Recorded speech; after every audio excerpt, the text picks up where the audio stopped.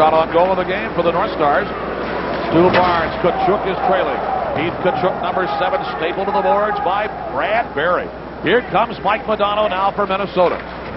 Odo fires it around the boards. Derek Smith just up from Kalamazoo. Berry fires it behind the net. Modano for the North Stars. Here's Mike Modano in the circle, shooting high. No score in the game, just over 5 minutes into the first period. Gene Davidoff at the line, dropped it back, and Modano was there. The Jets tentative to play the puck, or they would have had a man on. I think they would have had an extra man on the ice. So they let it go. Ulanoff behind the net now. Here's Butsy Erickson. Erickson wears 18 for the Jets. You haven't seen him much this year. Chris King driving the line. Centering, but they couldn't get Luciano Borsato free. Denordi and Churla trying to get out of the zone. King is there, and we're going to have a roughing or a boarding penalty behind the play, and the North Stars will have a power play when we come back to a scoreless first in Winnipeg. The next home game after this 4-game road trip for the North Stars, Saturday, March 6th. It's the Montreal Canadiens, and that's Champion Auto Stores, Crown Auto Service Center's T-shirt night. The first 3,000 fans in will get that sharp-looking shirt. It's black. It's got the Stars logo on it. Hey, it looks nice. You can get the tickets. You get the shirts off our back. You're not going to get a better deal than that. 14th power play in the league for the Minnesota North Stars. Goes to work now with a 0-0 first period. And the Stars, Ulf Dahlin attacking in the right circle with the Jets King in the box for boarding. There's Gagne. Dahlin shoots one up to the point. Mike Modano there firing. Tipped by Gagne. Off Kennedy, and they punch it out of the zone. The Stars will have to chase. They got Gagne, Dahlin, and Modano on this one here. Got Matchuk, the rookie, at the fence. Bob Gainey not afraid to use a variety of people in his special team situations. See who's going to click with whom, doing what on the power play. The Jets have the number 9 penalty kill in the league. The Stars running the power play for 1:07. Old Dahlin over the line for the North Stars, trailed by Gagne, who's on a 7-game scoring streak. Dave Gagne for the circle. Dahlin there, fixing with Eakins. The puck on a glance off the boards. Just sailed away from Rich Matvichuk, and now 52 in the power play. Doug, the North Stars only 1 of 11 on a power play against the Jets this season, so it's not been an easy thing for them to penetrate that goaltender. They did not score in 4 tries in St. Louis the other night. A power play on the road could be a mighty pesky thing, can't it? 37 in the power play now for the North Stars. Modano gathers it in, cuts to the left. Modano deep for Gagne. Power play running off the skates of Igor Ulanov. Kept in by Matvichuk for Gagne. Here's Modano's big drive save by Essenson with Courtnall sniffing around for a rebound that did not come out. They were really playing aggressive in their own end. The Jets, they came out really high on the Matvichuk the point. He slid it over to Modano.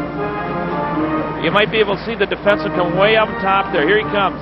Left defenseman, number 5. Then Modano has it. If puck gets in, Dahlin's got a chance for rebound. So does Courtnall. Right low, nice chance for rebound. That perfect shot from the point. Just the kind you like to have, so the goaltender has to handle it twice. Once the save, and then maybe the rebound. Mike Modano's slap shot was timed in the skills competition at over 97 miles per hour. And actually, the goaltender did a heck of a job. He controlled that low shot. That's a good play. I mean, when he can handle it that low and get his glove on it without it springing loose, that was a very good goaltending play. It was, because Russ Courtnall, who is the fastest skater on the North Stars team, just very marginally ahead of Modano in the speed department, was breaking across the lip of the goal crease for any rebound opportunity. 22 in the power play. Modano and Borsato for the draw. Modano wins. Tenorti lines a drive wide. Now 17 in the man advantage for Minnesota. Scoreless first. Hatcher for Mike Modano, who looks at the clock. Modano shooting, and it's blocked right off his stick by Dean Kennedy. Got another one, but there's Bayutin to knock it away. Eagles turns, off Hatcher, the chance to Churla. Power play expired. Modano shoots one wide. Tenorti is there. The Jets are in full strength, but the Stars keep up the pressure in the Winnipeg zone. Modano's shot glanced off a skate. There is Trent Platt to gather it in. Hatcher lets one go that deflected off the skates of Chris King. Platt in the corner, up and away from Modano. Mike Eagles will finally clear it away, but the Jets need a breather here and will ice the puck as Tenorti touches it. 11:50 to go in the first period. The Stars and the Winnipeg Jets grappling along, but so far 0-0. Every 60 seconds, the lights form a teepee.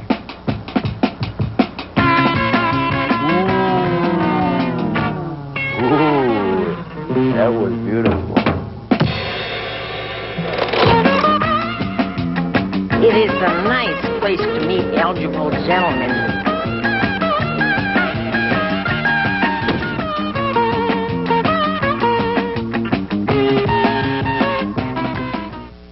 We are very, very, very proud to announce that Northwest Airlines is America's #1 on-time airline for the second year in a row among the 1, 2, 3, 4, 5, 6, 7 largest airlines in the United States. That's not just us saying it. No, no, no. This information is based on the very latest airline industry statistics. We don't believe in being fashionably late, second to the finish line, or close but no cigar. No, sir. We believe in being #1. And being #1 on time means we work hard to check you in fast, get you on board fast, take off on time, land on time, get your luggage on time, fast, fast, fast. And you can't do that without 47,000 of the best, most dedicated people in the airline industry. Meet the on-time champions at Northwest Airlines. Some people just know how to fly. Mike Modano, scoring threat leader, alternate captain of the Stars, hat designer. Give me strength. No, that's pretty sharp. Mike designed that himself. That's the official, that's the 9, the Mike Modano hat. Pick it up at a Star Stuff store at Met Center or at Mall of America. 0-0 score, 11:45 to go. First period in Winnipeg with Doug Woog. This is Doug McLeod. Tonight on Midwest Sports Channel, the National Hockey League in your living room on a Sunday night. Delighted to be with you. Game 3 of a 4-game road trip for the North Stars, who will conclude in Toronto.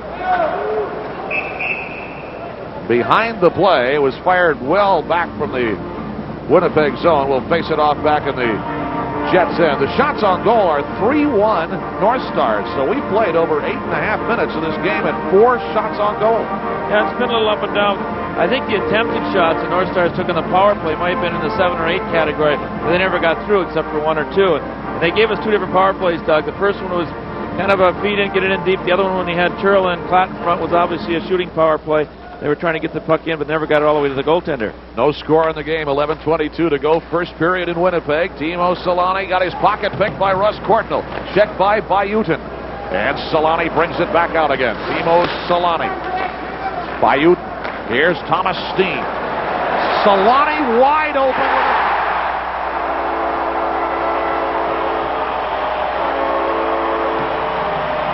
And brother, if there's anybody on the ice who can't be left uncovered, it is that fellow right there who nails his 88th point of the year, Timo Solani. Right here, Matchevic gets a slow start over, so Steen has a chance to get the puck, and he beats Tenorti going in, but actually, you take it from the beginning, Matchevic didn't get a very good start.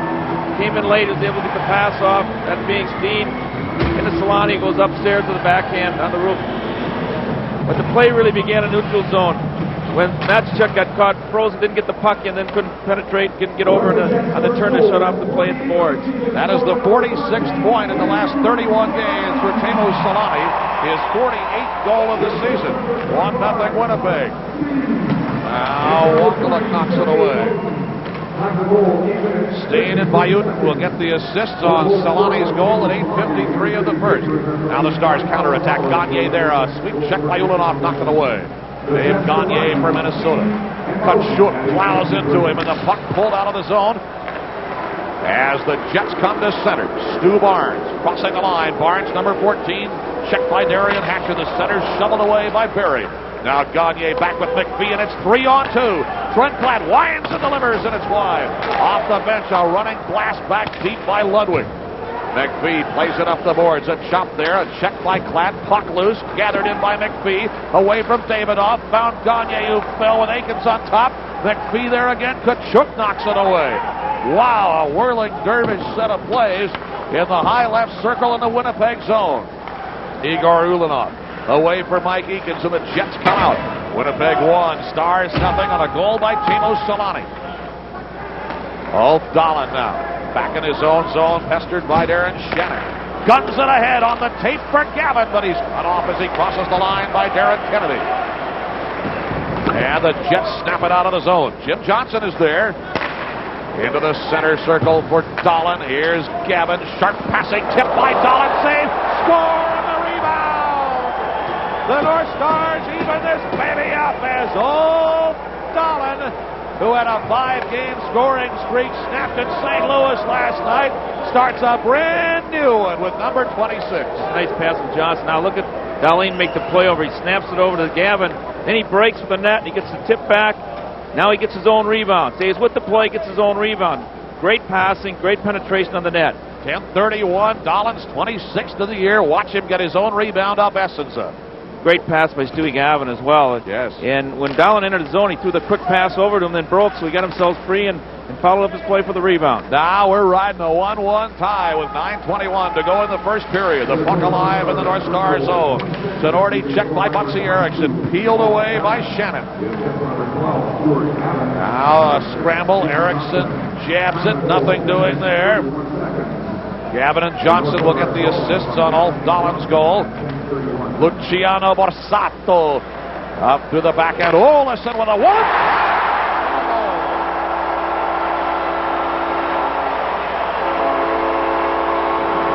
Frederick Olesen just blew that one up the gun, and it rose in on Darcy Wakaluk, and the Jets climb back in the lead, 2-1.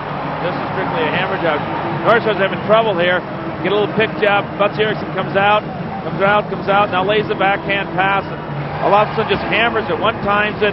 Great shot in the upper corner. That's number 11 for Frederick Olesen. Is a great threat on the power play.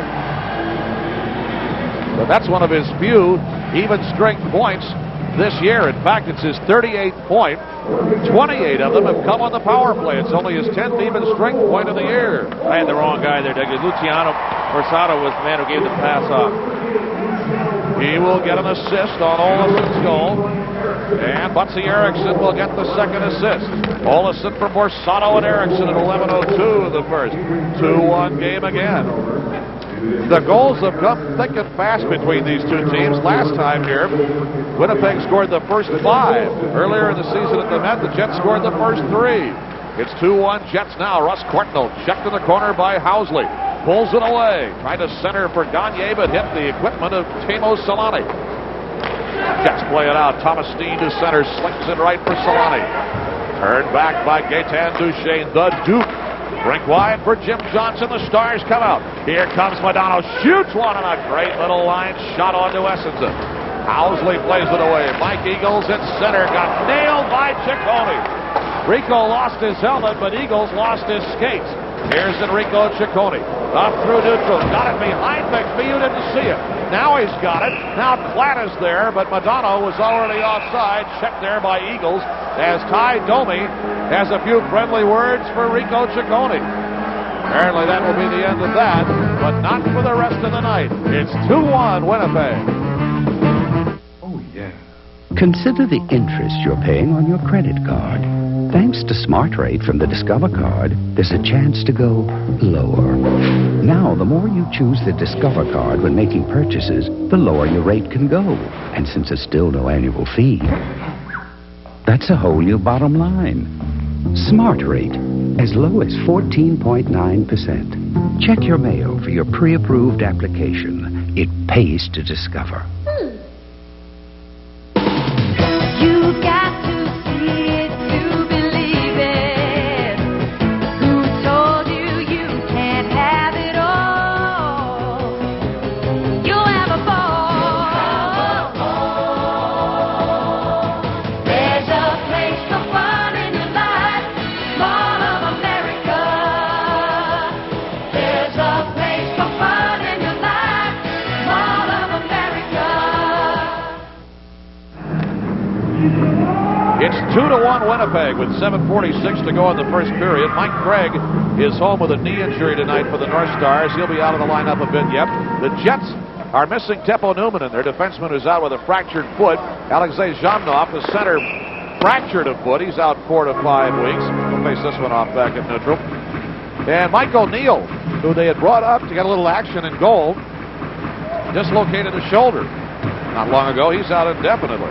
That's where we stand in the walking wounded or not so walking wounded department, and there's the poor guy who's got to take care of it all for the North Stars, head trainer Dave Supranot, who fortunately has most of his injured birds back on the wing now, but now he's got Craig to worry about back home. It was originally diagnosed as a hyperextended knee, but possibly a little more serious now. Clapp brings it in. It just threaded behind McPhee and Madonna. A bad luck pass. Ty Domi just in from the Rangers. Offside. And Domi got nailed by his own man, Druce, who collided with Madonna. But if I know Ty Domi, he'll come up here looking, there he goes, looking for Enrico Ciccone, who had nothing to do with the play. But there he is, Domi and Ciccone. Look at Domi. Domi will fight anybody, anytime, anywhere, for any reason. He takes a lot of punishment, seldom wins a fight, but it doesn't matter. Does that helmet look tight to you? Does that look tight to you, that helmet? It's just the swelling. You were right on the play going in, though, Doug. Trent Klatt had made a great pass, and then it got turned over. Oh, look, hard to describe hockey when you're looking at that. It's easy for me to say that up here where he can't get to me, you know, because he doesn't beat up a lot of guys, but he can go over me without even thinking about it. He's a gamer. Yeah, he is. He is, and he's the kind of guy you don't mind having on your team. You need to have somebody. The days of the professional tough guy in the NHL are slipping away under the new rules. The league has done very good service in cutting down the unnecessary violence in this game, which is by nature something of a violent game with body checking. But still, there's room for a guy who can give it and take it, you know? Now the puck in the zone. Here's Barnes up to the point. Olesen winding a blast off the glove of Wakaluk, and the rebound just popped away and hit Brotman. It almost looked like it went down the front of his sweater. He was looking up. The puck was going down. Nobody knew where it was. Olesen punches it back now for Winnipeg. A missed sweep check by Tenorti. Barnes is open for the Jets. Cuts and fires, and it's blocked on the knee drop by Brad Berry. Davidoff. The North Stars defensemen are as adept as any in the league at using the body to block the shot. You say, well, that's basic defenseman work, but a lot of guys won't do it or don't time it very well. Davidoff now out of the corner for Winnipeg. Gaetan Duchesne reached for it, but Davidoff knocked it away behind the net. Here's Mark Tenorti, checked by King. Courtnall is there. Olesen pulling it away, shooting. Save by Wakaluk as the puck drizzled off his leather and kissed the pipe behind him. Well, he's having a little tough start here. He's had a little trouble with the glove. The glove isn't working as good as he'd like to. Here's a shot here coming in. He gets a pad on this one, I think, Doug. But one before, he had trouble. There, a nice right pad on that one. One from the point earlier, he didn't glove. He kind of flagged it and it dropped down. Then hit. Actually, the stick came up and hit Broughton. And somebody was trying to bat the puck out of the air. It caught Broughton under the chin, and he was struggling to get out of the zone. You know, one thing's happening here is that the forwards on Winnipeg are staying out high when they're in their own zone. Neutral zone, they're staying up as high, in other words, as far away as they can and still onside. So when the defensemen, Housley and Olesen and these guys get the puck, they're throwing the puck up for quick transition, all of the first goal, where they made the play where Solani went in. They're converting errors of Minnesota into offensive plays, what they call quick transition. Mike Modano in for the draw. Had a 4-game scoring streak going coming into the road trip, but pointless at 2 at the moment. Here's Stu Gavin, who's had a good trip. Gavin with a running gun and a souvenir for somebody. Don't hit the beer sign. Smiling over the whole proceedings is, I don't think, an entirely recent picture of Her Britannic Majesty Elizabeth II. Doug, that was in here in 1967. I played in the Centennial Games here with the Soviet Union in Sweden, no, Czechoslovakia, and USA and Canadians here, and she was hanging there at that point. So she's been here a long time. Well, you know what they say, you're doing well if they hang your uniform in the rafters and you're not in it, so I don't know how that works for her, but the former Dominion of Canada still represented. They still have a high commissioner and so on here. I love their anthem, though. It's just terrific. It sure is. Here's Borsato over the line. The blind drop. Tkachuk is there. Whacked that by Madonna. Tkachuk will pull it back anyway. Keith Tkachuk. Madonna with a great little deke on Borsato. Oh, was that a beauty. Now Dolan centers, but it misfired to Gavin. And Madonna gets up, ended, and blasted down by Butsy Erickson. Tkachuk drops it back. Sergei Bayut shooting, deflected away. Pulled out of the wing, Borsato. Here's Kennedy with a soft shot. Behind the net, Tkachuk. Borsato and Tkachuk back and forth.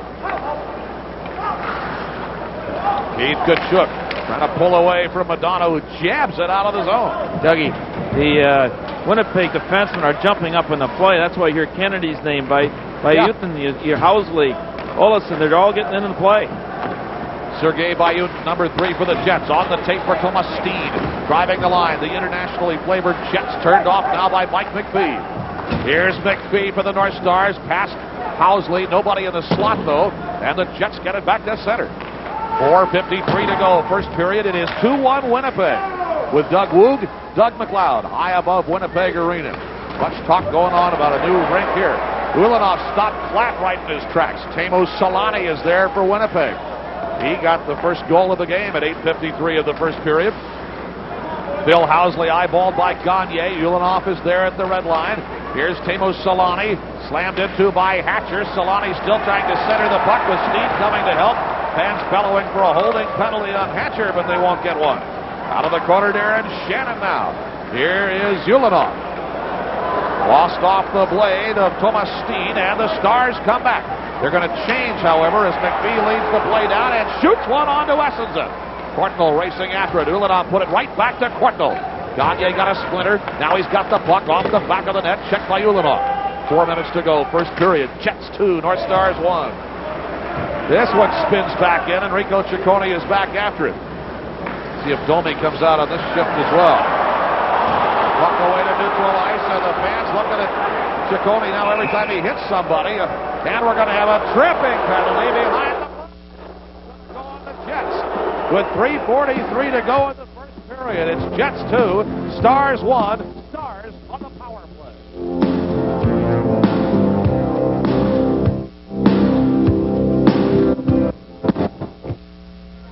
One of your most important pieces of hockey equipment may be obsolete. iTech presents the most revolutionary helmet in hockey history, the I-90. It's the performance leader of helmets. Its shell is reinforced by a polypropylene bead that's super resistant yet ultra light. The I-90 is adjustable. Simply turn the dial and the helmet shapes to the contour of your head. The I-90 features an air ventilation system that keeps you cooler. The I-90 from iTech, clearly the best protection in sight. Last time, they fought for glory. This time, they're fighting for their lives. Did you kill Travis Brooks? Easily. If you're gonna fight it, you must be prepared to die. I look forward to killing you. Best of the Best 2, rated R. Starts Friday at theaters everywhere. We're going to see some good play here by Selanne and also Hatcher. Selanne's legs keep moving. Makes it tough for Hatcher, but he still takes a one-on-one. Finally, the puck pops loose. We get Gagne back underneath, and that's a good play by both parties, both by Selanne and by Hatcher. Coaches everywhere will tell you, keep your legs moving. Whatever happens, if you keep them moving, you still got something going. Mike Eagles for tripping at 16-17 for the Winnipeg Jets. Here's power play number 2 for the North Stars. 2-1 Winnipeg. 3:35 to go first period. Stars with a tie in Boston and a great comeback from 2 goals down. Lost in St. Louis by a goal last night, 3-2. Modano, Matchbachuk in the right circle shooting, and it really glanced off Bob Essensen. Dolan smacked by Borsato, and Shannon chopped it out of the zone. Now the Stars get their power play regrouped. Over too many lines on the pass. Now Bayuk with Klatt sailing in. Tkachuk and Gagne are there. And right at the whistle, Bayuk and Klatt were looking at each other and ready to go. Look, I don't know what started that. I don't either. It came fast. It was a right hand that came into Klatt's chops. Trent Klatt came right back at him. And Sergei Bayuk had to get some help in a hurry. Klatt spent some time down in the International League of the Kalamazoo Wings, and you got to handle yourself down there, and he didn't appreciate that. No, and I don't know what caused it. They weren't involved early in the game at all. No. So it's an interesting situation. Bayuk can get into the thick of things, and no question about it. The brawl already underway at that point. Not very much more came of it. It was Klatt and Bayuk, and everybody. I don't know if we'll be able to see exactly what happened here. Here comes Klatt now, or Gagne rather. Bumped by Bayuk. Well, Klatt coming in on Bayuk. I guess he didn't like the way Bayuk popped Gagne out of neutral. Gagne, as Klatt is wearing a half shield because he's got a whopper of a shiner. I think Klatt came in to help Gagne on that. You're right. Gagne didn't really have to have any help. It was a simple little deal. So Klatt's going to come up with a 2-minute minor. which may be appropriate. It's a tough call there. Looked like some words might have been expressed too. Yes. Because it wasn't the physical contact that should have enraged anybody in that particular spot. So the North Stars power play will come to a grinding halt here, only 33 seconds old, and each team will be one man short for 1:27 as Trent Platt goes for roughing at 16:50 of the first period. Actually, 2-1 Jets. You know, if you're going to take somebody on, it's probably a good idea to take on the penalty killers. They're usually the quicker guys without the beef, so Platt had the right idea. Bayut had a game disqualification assessed to him for being an instigator and had it taken away by the league on further review. They looked at a tape and discovered he was surrounded by opposition players and couldn't really very well have started the fight, so they rescinded that one. Sergei Bayut, but he draws a little company everywhere he goes. Of course, we're not able to translate what exactly he was saying in the middle of all that. Bill Housley now comes back through center. Housley shovels it left. Thomas Steen, each team a man short. Solani around Madonna. Save by Wakala. And the Stars come out. It's 4-on-4 hockey for 49 seconds. Courtnall, Madonna, open, cutting, beautiful goal. Oh, my, what a marker for Mike Madonna. That is highlight film stuff, and that is why you buy a ticket to see the North Stars. Whoa, Madonna pops it in on Essenson. Courtnall gives a nice little pass here. Watch this now. Then Madonna just keeps coming, penetrates net, sets it up with his forehand, so the goalie has to honor him. Now he steps aside and pushes that sucker right in the middle, right in the net. Watch this thing here now. He comes in, he fakes, the goaltender freezes him. Now he walks to the side of him, throws it up. It's an easy play at the end. Mike Madonna. I tell you what, he almost got a lesson on the other end of the rink, though. The Jets put an execution of a 3-on-2 to perfection, but Solani couldn't deliver. And then we come down, get the transitional play, and score our own. Madonna from Courtnall at 17:32. That's the 27th goal of the year for Mike Madonna, with each team a man short. Davidoff back in, checked off by Jim Johnson, the back checker. Here comes Mike McPhee. McPhee crossing the line. McPhee still on it, shooting onto Essenson. Mike McPhee just goes and goes and goes and goes, doesn't he? Davidoff. Here now is Davidoff on the get back, shooting, and then slams off the goalpost. Metallurgy save for Darcy Wakaluk. Meanwhile, Gene Davidoff in the ensuing traffic is hurt at the hash marks in the North Star zone. Doug, I think there's a real statement to say about 4-on-4 hockey. We've had great opportunities up and down. The new rule allows it to happen, and I'm not sure it's an advantage for the North Stars, this particular case in general, but there's been great plays being made here, back and forth on both teams. We'll see if Davidoff really gets belted as hard as it looks like he is. Whap as Gagne went by. Oh, wait a minute. Just a minute. Just a minute. I happen to know that vaudeville died in 1939, and it was because of lousy acting. Like, look at that. Look at that. Next we're going to see, Lapalooza's chimpanzees on here or something else. The dancing Davidoff. Give me strength. We had a great play here earlier. McPhee was coming in. Housley's going to pick him up on defense now, but he keeps his feet with McPhee. Gets a little backhander. Could have been a good play. Puck would have bounced out for Madonna, who's coming on the weak side there. Davidoff, meanwhile, is back in the slot. Gets glanced like that. Looks around. Okay, we're fine. Okay. Oh, my. Oh, no. Complications. Whiplash. I think when it hit the pipe, he got sicker. I think that's when he became most ill. Oh, my goodness. Dan Marawelli is not refereeing his first NHL game tonight by any means. Is not buying any of that, needless to say. And of course, it's different if our guys do it now. That's completely different. It makes them a bunch of goons. Offside here. I played in some of those games overseas in the 60s, and like guys he's still laughing. Come on, he says. Come on. Straight. Come out here. They're arguing about it. Go ahead. I'm sorry. That's fine. But it was typical that somebody would get hit, and the guy would lay there, and then bring over the trainer, and they'd almost bring over the water, to bless him. And then he'd climb up the boards, hands once over the top, and the next shift he'd be flying for a goal. Oh, yeah. It's amazing the miraculous recoveries you can have in the National Hockey League, and I attribute it to being in good physical condition. That's how I live my life. Now the puck back in the Jets zone. Olesen is there with 1:33 to go in the period, and the Jets now on the power play. It is a 2-2 game. This is the second power play of the night for the Jets. Very much abbreviated, 33-second version.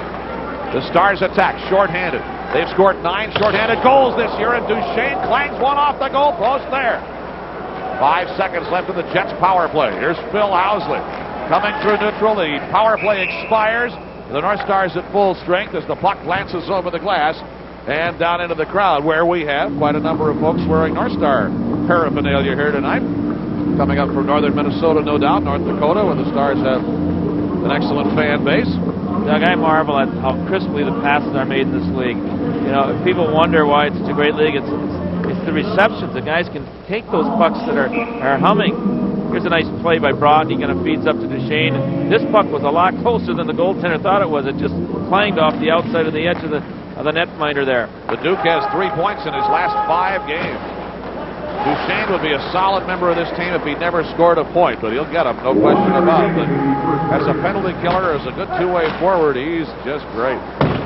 Borsato turns it back, last minute of play. First period, 2-2 game. Shannon, Butsy Erickson is there with a backhand that feathered through everybody. Didn't have a lot of juice on it, but you don't always need a lot of juice on it. 41 seconds left in the first period. Luciano Borsato.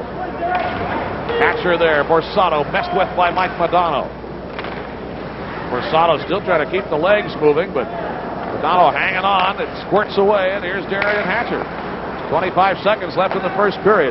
Stars coming to neutral. Here's Mark Tenorti. Leading the rush, pass by Ute in the center.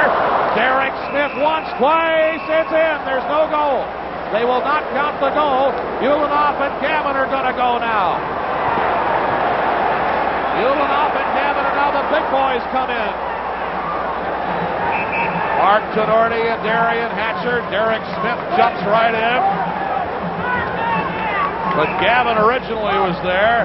The Jets objecting to the Stars coming in front of the net, but welcome to the big time. Essensa was down, but the Stars were getting shoveling up moves down there to try and pop it free. It finally did get in the back of the net, but there is no goal. 15.5 seconds to go in a 2-2 first. The puck was lying there, Doug. You could see it from up here, so it wasn't completely covered yet. It was partially lodged under the goaltender's pad here. You see this at this particular moment here. I think it's Tenorti coming in. Yes. Going to make a centering pass. It doesn't quite get across, but it lies there. Now you got Smith there trying to bang at it, I believe. You got Gavin coming in. Whoops. I think Stewie gets a mustache rub there. Gets into Ulanoff, who messed up the play in the first place, while Derek Smith, who was just called up from the Kalamazoo Wings to fill the hole left by Mike Craig, who's back home with a knee injury, smelling his first goal and wanted to shovel it in there, but could not do so. And now, of course, we'll have penalties late in the period. Well, Tenorti came in there to help. There was a little mismatch there, so he did what he's supposed to do. He came right in, got involved. Hopefully he didn't get a third man in because the altercation may not have been established yet. In other words, you hadn't picked up numbers and squared off yet. No, Tenorti and Hatcher got in there very quickly. Here he comes to the backside. See, look at Tenorti. Pretty good face. He's eager. You bet. He's ready to go. Look at this. He's the captain. That's my guy you're messing with. I'll mess your face up, son. Well, you got to like that. I mean, if you're a forward, you're into a tussle down by somebody's net. You're trying to score, giving everything you got, and your big guy comes in to help you out. It's a necessity. You just have to do that. And I hope they don't throw him out. Then, of course, Bob Gainey, an emotional wreck as always. Yeah, over on the bench. He's probably thinking what stock he's going to buy tomorrow. I hope it's not MEI. I shouldn't say that. That was a disaster. I'm not. I'm just going to read the scoreboard. It's a 2-2 game. 15.5 seconds to go in the first period. The financial opinions of Doug Woog are not necessarily those of this station or the Minnesota North Stars. Meanwhile, Mark Tenorti is outside the North Stars locker room. His policeman's badge all shined up, and you bet the tinner will come right in there. I'm not sure what he's doing. It's Bobby Smith in there. I just hope they didn't give him the hook for the whole game here. No, I doubt it. Minor penalty showing on the board. The only thing that got punched up so far is a minor to Ulanoff, but there will be more. Pick him up here.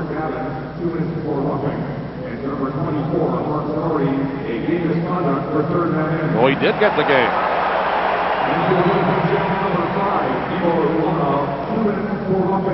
Stewie's there. You can see him. Got to watch this thing on the monitor. Wondering whether it was a good play or bad call. It's going to be a tough one for the North Stars, no question. That is a game misconduct to Mark Tenorti at 19:44 of the first period. Gavin gets a minor. Ulanov gets a minor.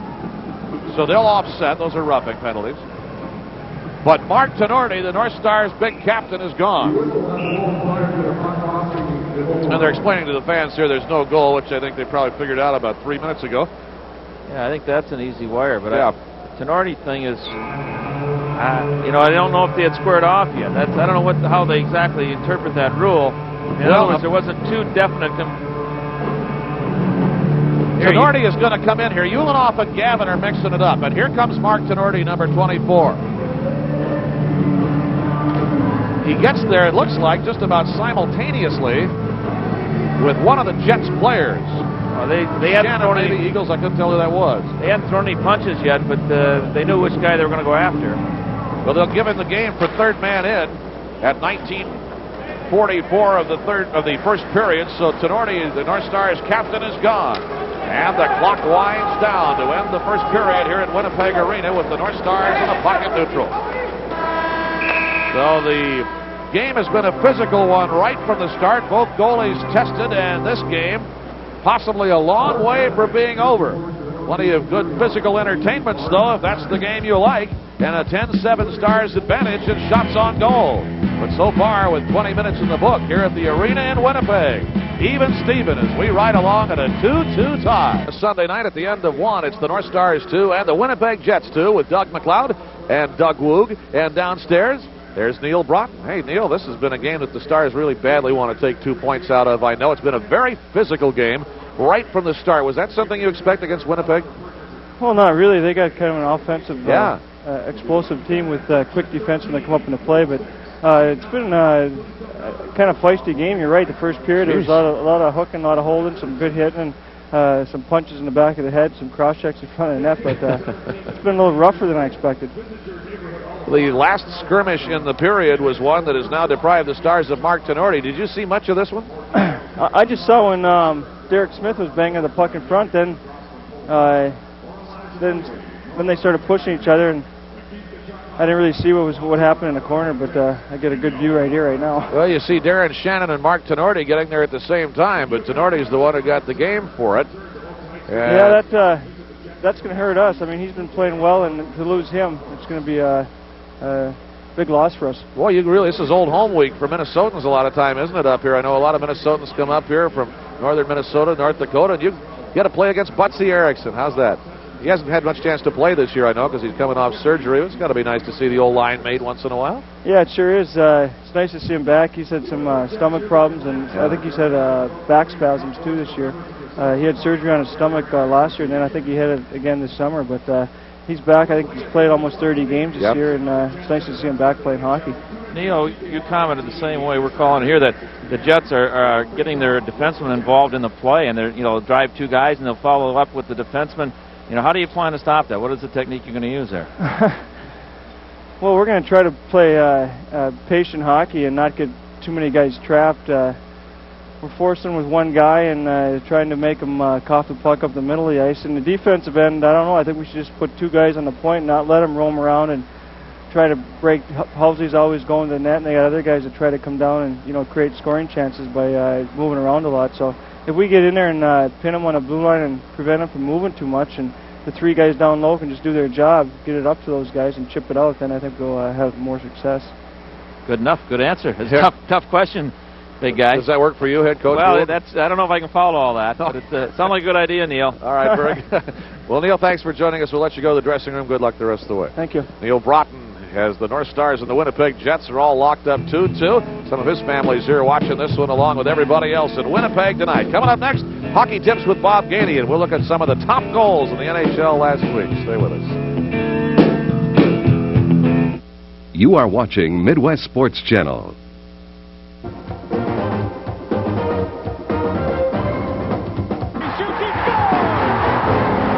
Time to light up another red-hot edition of Top 5 Goals.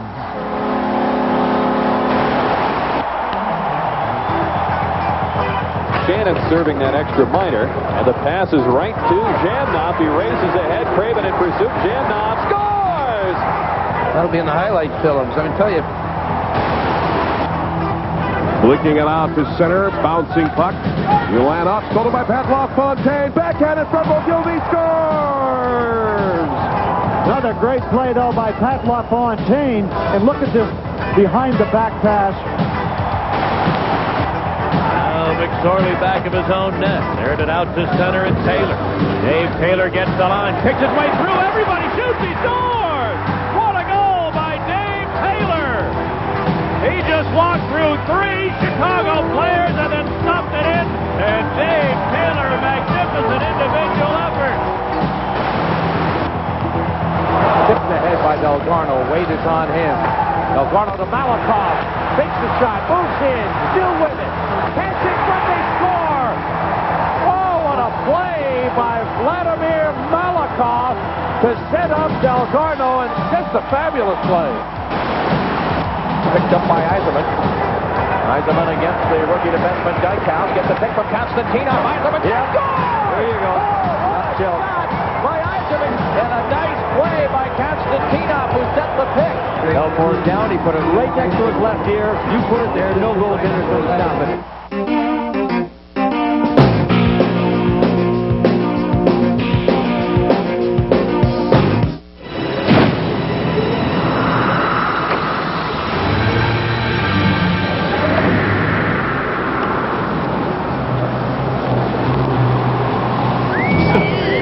If you're tired of walking all the way to the curb to get your morning paper, There he is again. imagine how your neighbors must feel.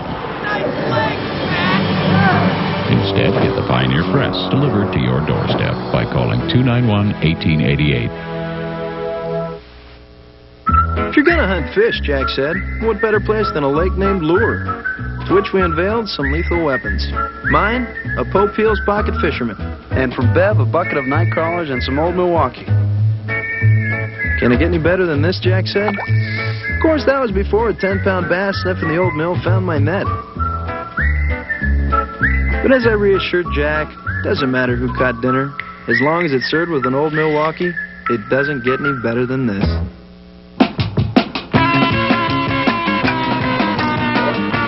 It's all you can eat.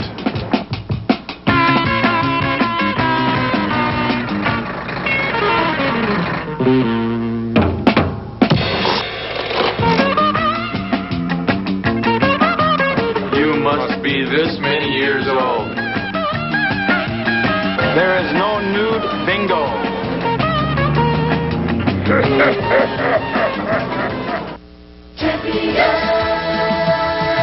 Champion Auto Stores. Right products, right prices, and right answers. You get all 3 at Champion Auto Stores. And now you get a choice, too. You can do it yourself, or we'll do it for you. Crown Auto Service Centers are now part of the Right Answers team of Champion Auto Stores. At Crown Auto Service Centers, you get everything you've come to expect from Champion Auto, plus we'll do it for you. Champion Auto Stores and Crown Auto Service Centers. We make automotive repair easy. Tonight's NHL Out-of-Town Scoreboard is brought to you by Champion Auto Stores and Crown Auto Service Centers, where you can do it yourself or we'll do it for you. The scores around the league tonight, a 0. That can't be right. A 0-0 overtime tie. Is that right? Holy smokes, St. Louis and Chicago. Detroit leading there. Also Pittsburgh over Washington and the other scores around the league.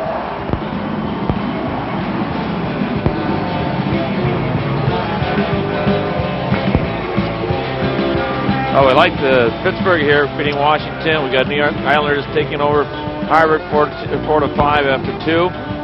We got Ottawa over Quebec, and we got Edmonton jumping on San Jose. All right, currently now we're back with you. Our apologies for some audio breakups there. You do those scores real well there, Woogie, I must say. Welcome back to Winnipeg Arena with a score at the end of 1 period of play. The North Stars 2 and the Winnipeg Jets 2. Well, 20 minutes of rather surprisingly, as I think Neil Broughton made it clear, a surprisingly physical game here tonight, but some of these boys want to go knock heads, and I guess they're going to, but the North Stars coming back to tie it on a goal by Mike Modano with each team a man short. They've added an assist to Darcy Walkerluck, by the way, on that goal. as the third of the year to walk and his second of the month. He got his second at Vancouver back on February 1st. So we've got a good old go at it here on a Sunday night, and thanks to Mike Madonna with each team a man short, it's a 2-2 game. We got Courtnall with the puck now. He's going to challenge Phil Housley. And we got Madonna coming through. Watch him drive him to the outside, which makes Housley turn and gives the space for Madonna to come in on. Now Madonna keeps the puck on his forehand. Now watch as he freezes the goaltender, and it's an easy play at that point, but it's not easy to make that much of a skilled turn. But it was set up by Courtnall because he drove him wide, took Housley with him. Nice play. Has that puck out for that goaltender, pulls it back, slides it in the forehand. That was a really neat play. There's been 3 or 4 really nice plays tonight. A couple of goals have just been outstanding. Good puck movement, picks and out of corners. There's been some real good highlights here so far this evening. Yeah, they really have. And that play by Mike Madonna, what a beauty. I mean, we've seen plays like that, but you never take Mike Madonna for granted, do you? Because you just wonder what he's going to do again, when he's going to do it. It's not like, oh, well, there's another sensational play by Mike Madonna.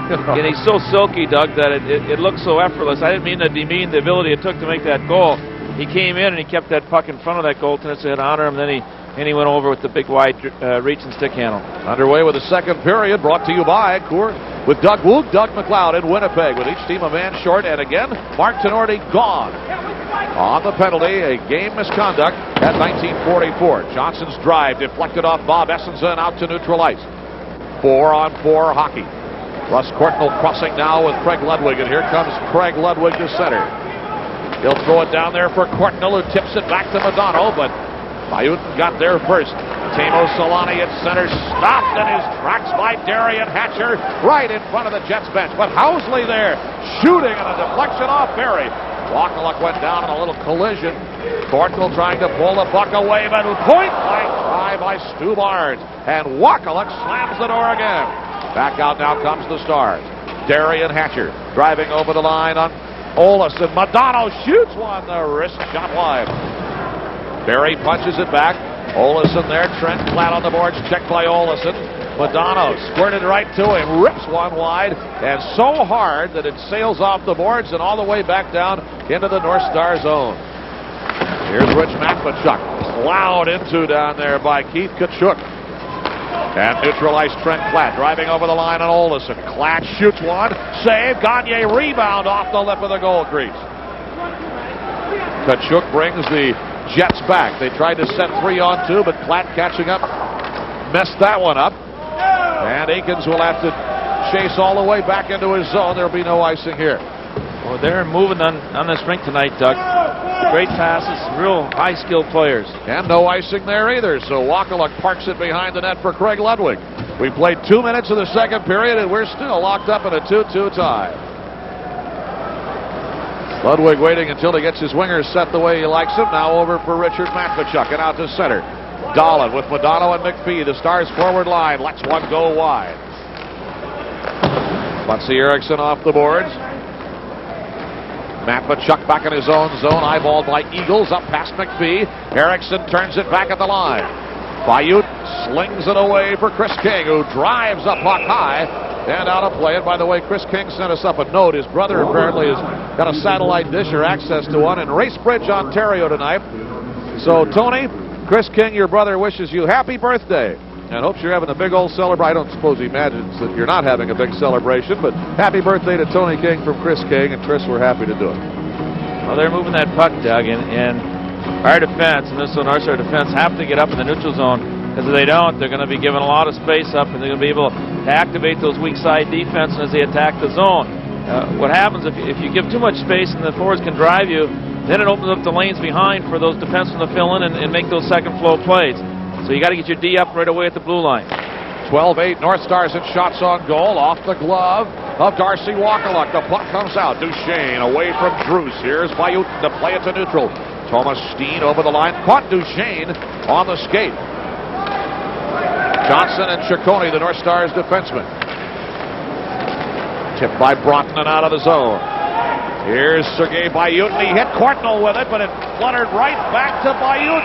Now behind the play, Ty Domi squaring off with Ciccone. Ciccone got the first blow. Domi hitting the helmet. Ciccone is no dummy. He's ducked under those punches. Look at Domi trying to take the helmet off. Ciccone gets him down, and here we go. Ty Domi and Rico Ciccone. And all the Jets are slamming their sticks on the boards to applaud Ty Domi. Well, that had to happen pretty soon. I'm just amazed it waited until 2:59 of the second period before it happened. They didn't want people to go home early, Doug. No. Stay around for the main event. But I don't. Ciccone did all right. He was in there for the first couple. Well, he did it smart, too. He got the first couple in there, and then he ducked under. And Domi finally takes his helmet off, and look at them square away here. Ciccone's got him right there. Got one, and now he's not getting hurt at all. Those are all going to the shoulder pads. So Domi said, well, I'm going to pull this boy's helmet off right I don't know if they count the World Boxing Association those punches off the back. Those are no points. That is a no-point exchange. Yeah, the Jets. I was surprised. Those Europeans are in there clanging the boards with their sticks. Double majors here. Ciccone and Domi will each get 5 minutes for fighting from referee Dan Maruelli. 6 penalties, 26 on the North Stars. 5 penalties, 13 minutes on the Winnipeg Jets. The Stars totals include the game misconduct at 19:44 of the first period to Mark Tenorti. Those are the numbers. 2-2 in the second. Deuces are wild with 17:01 to go in the period. Hatcher's shot to the glove of Bob Essenson. He got nailed by Churla as he went by. Kennedy turns it away up the wing boards. Davidoff is there. Barry stops him. Gagne fencing along the wing boards. Gagne tried to flatten it out, but lost it to Stu Barnes. Now at neutral ice, Chris King racing, winding, shooting, and he sizzles one wide. Now the puck sails back into the Winnipeg zone. Kennedy is there on the soft serve from Essenza. Waited too long with it, and Churla got back there, but now the Kings will get it out. Davidoff away to neutral ice with Frederick Olofsson to lead the rush now. Around Hatcher for Davidoff. Hatcher has Olofsson down at the blue line, who's still hanging on to his stick. Now Kennedy shoots one, and that takes off and sails up over the glass and out of play with 16:11 to go in a 2-2 second period. Well, they're getting a lot. Watch the face-off opportunity here. We're going to get a draw. I think Hatch gets it and then sets it to the net. Cena doesn't handle it. Oop, he does that one pretty well. The one after that he had a little trouble with. But look at this now. Churla comes in. Takes a little pop there as Essenza was not too quick to pull the goalie stick out of the way. No, he didn't set up for his defenseman very well there. He had an opportunity from that miss interchange. Most of the time, and all the goalies now are going to fall off their sofas and speak unspeakable things about me, no doubt. But most of the time when there's collision with a goalie, it's about 50-50. The goalie's staying out there to be aggressive, and a player's coming in, and neither one's going to back off. Well, Churla's not going to turn aside. No. John Casey, a very aggressive. You're welcome to give it a try, but don't be whining about the consequences. Off Gavin. Now Phil Housley at the line. Up check by Madonna, knocked it away, but Housley got it back, but right to Ulf Dahlin. To Gavin at neutral ice. Gavin driving on Bayut, shoots one, and a save by Essenza. Gavin and Bayut on the end boards they go, and now we're going to have an interference penalty as Gavin and Bayut collided along the end boards, and with 15:40 to go in the second period in a 2-2 game, power play coming up for the North Stars. Get your blood pumping. Hers too. Unless, of course, you stink. You don't have to if you use an Old Spice, because the pump's concentrated, and it puts more power on your pit than the leading aerosol deodorant. So it works. Big time. The proof? Save your strength. She's all I need. The pump from Old Spice. Don't let the size fool you. Give it a shot. For great odor protection, demand proof, not promises.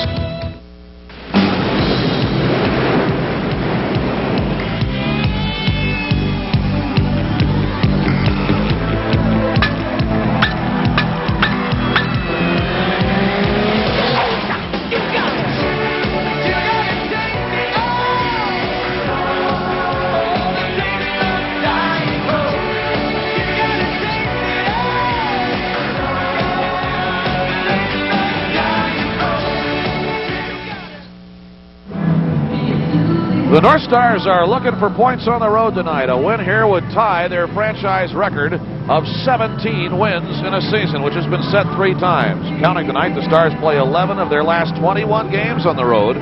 5 of them in the Norris division. This is a non-division game, of course, tonight. Stars have the puck in the Winnipeg zone. 15:35 to go in a 2-2 second period. Russ Courtnall now for the Stars. Here's Gagne. Along the end boards, a snap by Dahlin, the chuck by Essenza. Turned away by the Jets and Matvichuk, and it just popped away at the blue line. Mike Modano rattles one around the boards. Mike Eagles kicks it for the Jets. Courtnall racing after it. Kennedy jabs it away from Gagne, and it's punched out of the zone now by Luciano Borsato and into the North Star zone. Richard Matvichuk starts to center ice. 14-9 North Stars and shots on goal, but it's a 2-2 game. A beauty by Modano tied it up in the first period, late first period. And again, Mark Tenorti, I'll get this in a minute. Mark Tenorti is out on a game misconduct. Rich Matvichuk in his own zone for Minnesota. The Jets are changing. Puck on the tape for Dahlin at neutral ice. Here's Courtnall. Beautiful pass. Courtnall shooting on to Essenza. Got it right back. Modano at the hash mark. Deflected by Erickson. Essenza rolling. The puck alive in the deep Winnipeg zone. Courtnall in front. Swing and a miss by Gagne. Modano at the point. Shoots one. Save. Essenza. Rebound. Dahlin. And he got nailed by Eakins for his trouble. Dahlin had no time to set up that shot, Doug. He had to take it right away. And unfortunately for Opie, it just went right back into the pads of Essenza. But what a flurry around Jets goalie Bob Essenza, and some well-laid shots here. A nice pass. And Courtnall gets a good rip. Senna's in front of that puck again. He's out challenging really high. Now he gets up in Modano. He's out flopping around again. This is where Alfie comes into the play. He's got the puck. Now he goes behind. Courtnall ends up with it. Now he tries to get the Gagne. Goes over his stick. Modano moves in. He takes the hammer shot. There it is right now. You see another rebound.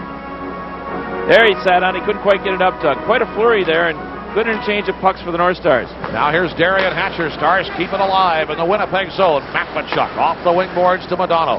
It's a 2-2 game, second period. Modano fakes it. Matvichuk lines it up and shoots. A save by Essenza, and he thought it was going by. Essenza was looking over his shoulder, but as a good goalie will, if you're not sure, freeze, and that's what he did. A good blister here by Matvichuk. And the goaltender looks south, but the puck stays north. Good hammer here. Boom. Puts his head. Whoops. He's kind of spinning there, but he finds out he's got it someplace. I tell you, the Jets doing a good job of holding in front of that. They're screening off well. Aikens, some of those big horses that are in there. This has been a good power play. North Star got great chances. Probably 3 or 4 really good ones. Something will happen. 29 seconds left in it. Modano, McPhee lining up now with Klatt, Matvichuk, and Hatcher. Third power play of the night running for the North Stars. The game is tied at 2, but shorthanded. Mike Eagles comes back now for Winnipeg. Matvichuk lines him up, and the puck squirts awry.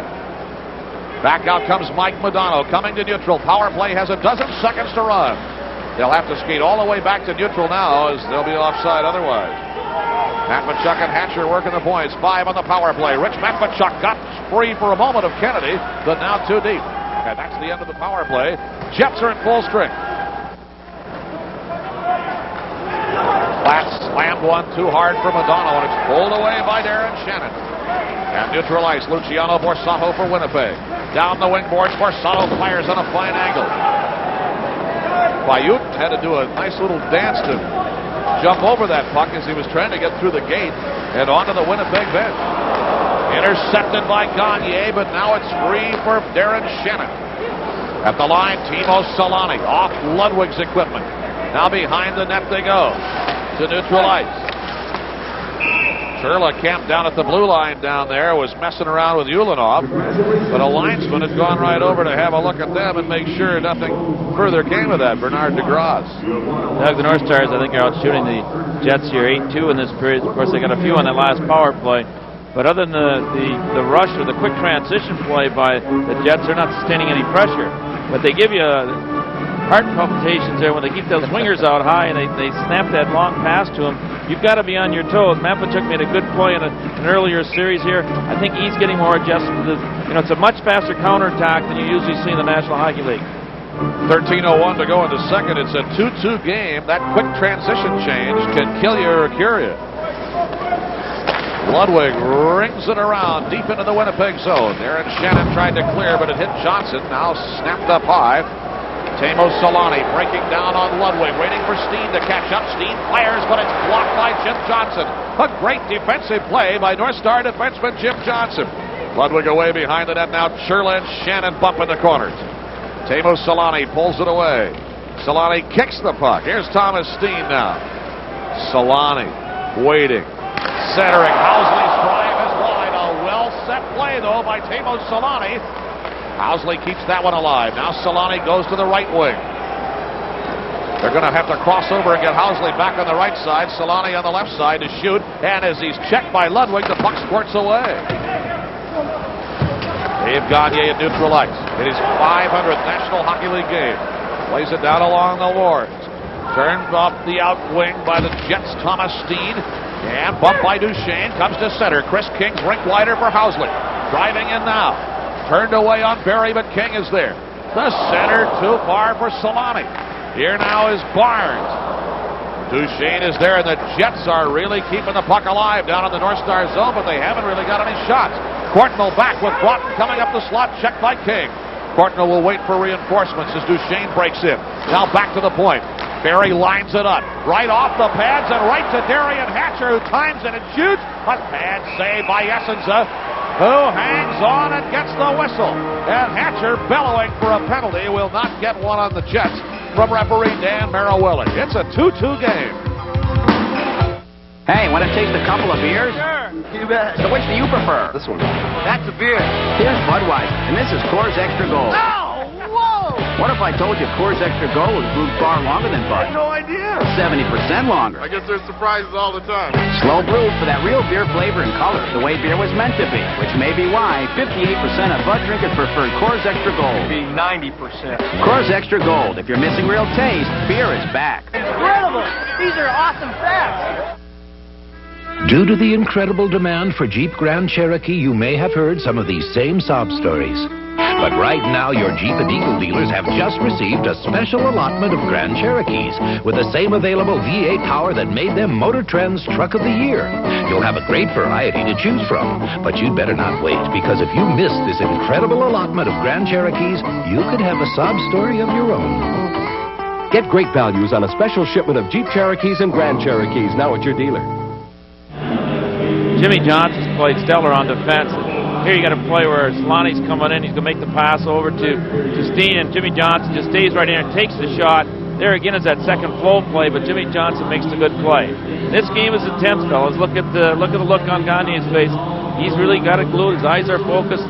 They come to play tonight. It's a good game. Sure did. This is his 500th game. Was that Stompin' Tom Collins I just heard, by the way, singing? Whoa, you got to like Stompin' Tom Collins. I'll tell you what. Here's King now, deep into the North Stars. See, we don't get Stompin' Tom Collins records in the States very often, so you got to come to Canada to get your culture sometime. That neutral broken up by Chris King. Here's Richard Matvichuk now. Johnson back in his own zone. Davidoff fires it in. Matvichuk is there. Off the boards and past Kennedy. Frederick Olesen there with 10:55 to go in a 2-2 second period. With Doug Wood, Doug McLeod on MSC. Jim Johnson over the line. McPhee is there. Lost it back for Davidoff, and the Jets come back 3-on-2. Through center, here's Gene Davidoff's drive deflected by Matvichuk, the back checker. Oh, and a tremendous collision as Jim Johnson slammed into Stu Barnes, and the helmets were popping there, and JJ's going to get up slowly. And both of them are hurting after that one. Look at Johnson and Barnes just looking at each other. They're both seeing little bluebirds flying around their heads after that one. This is a man-sized game in the NHL. Jimmy Johnson is his job. He takes him back, but he gets tripped up there, and it was not intentional. In fact, Barnes realized it too. Johnson was just going to tie up his man, and he lost his footing, and Jimmy's head went square into perpendicular. Here's how it looked coming in. Just take a look. Oh. You could hear it on that replay. We could hear it up here. That is why, if you do not wear a helmet in this league, I am not going to sell you insurance. Unbelievable. Johnson and Stu Barnes. It takes a lot to get Jimmy Johnson a little special attention, too. He's one tough cowboy. Look at him. His eyes are rolling. But he'll suck it up. He'll be back. Not quite like, who was it the first period that took the dive? Levin. Oh, yeah, that was David, the good old Russian fellow there. Quite the opposite side of the spectrum. Wakala got checked and lost his stick coming by there. That was an unintentional collision. He was out of the net to play it away. 10.5 minutes to go in the second. We're still riding along at a 2-2 tie. Doug, the same play. The Jets got a 3-on-2 off that fast transition. Again, that's where the shot came, where Johnson had to go and take the player Barnes into the boards there. They just are so quick in their transition. They come right back at you.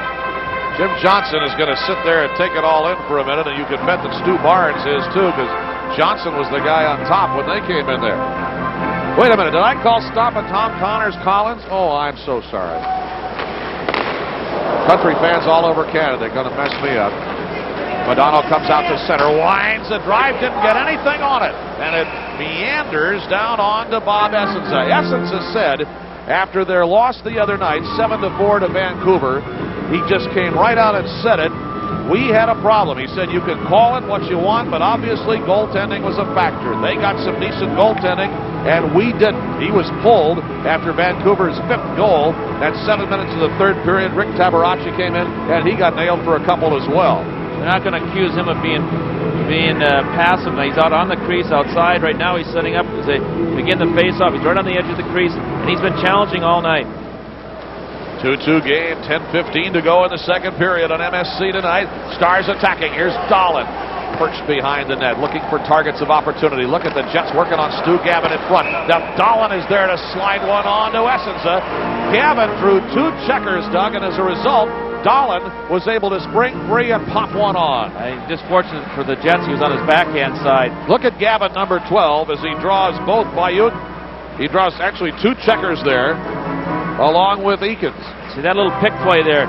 He screened the first fellow, then he moved over and he picked defenseman there, the second defenseman, so Dahlin could just walk right around and get a free shot on goal. Ulf Dahlin, who got the Stars' first goal of this game tonight on his own rebound at 10:31 of the first period, which tied it there. The Stars have come back to tie this game twice. They have not led so far.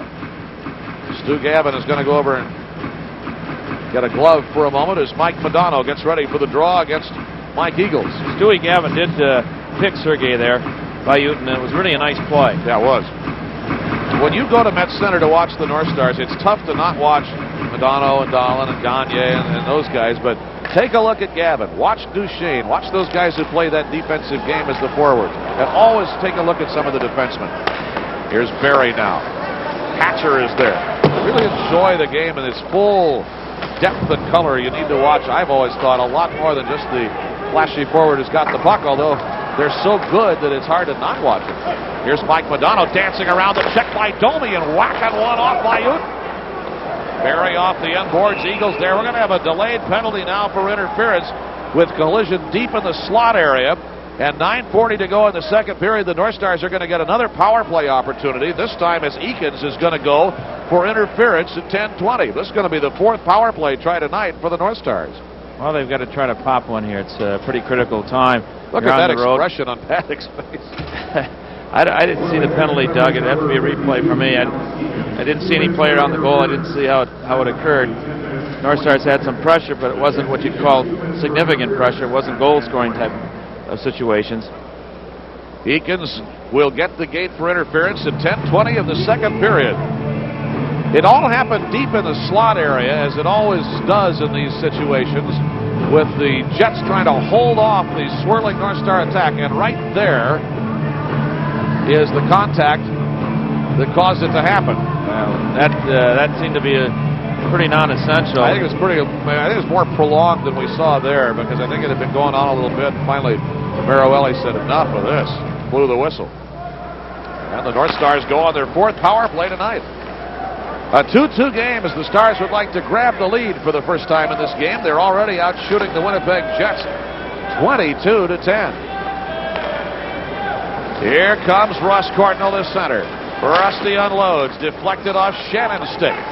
Eagles down there along with Mike McPhee of the Stars, pulling out of the corner. Courtnall on the power play slides to Madonna.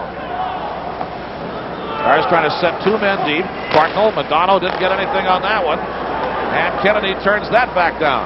That's 2 shots in a row Madonna was really unloaded on and got very little on. Sounds like he got broken hardware. Yeah, it does, really, doesn't it? It has that peculiar kind of a snap to it.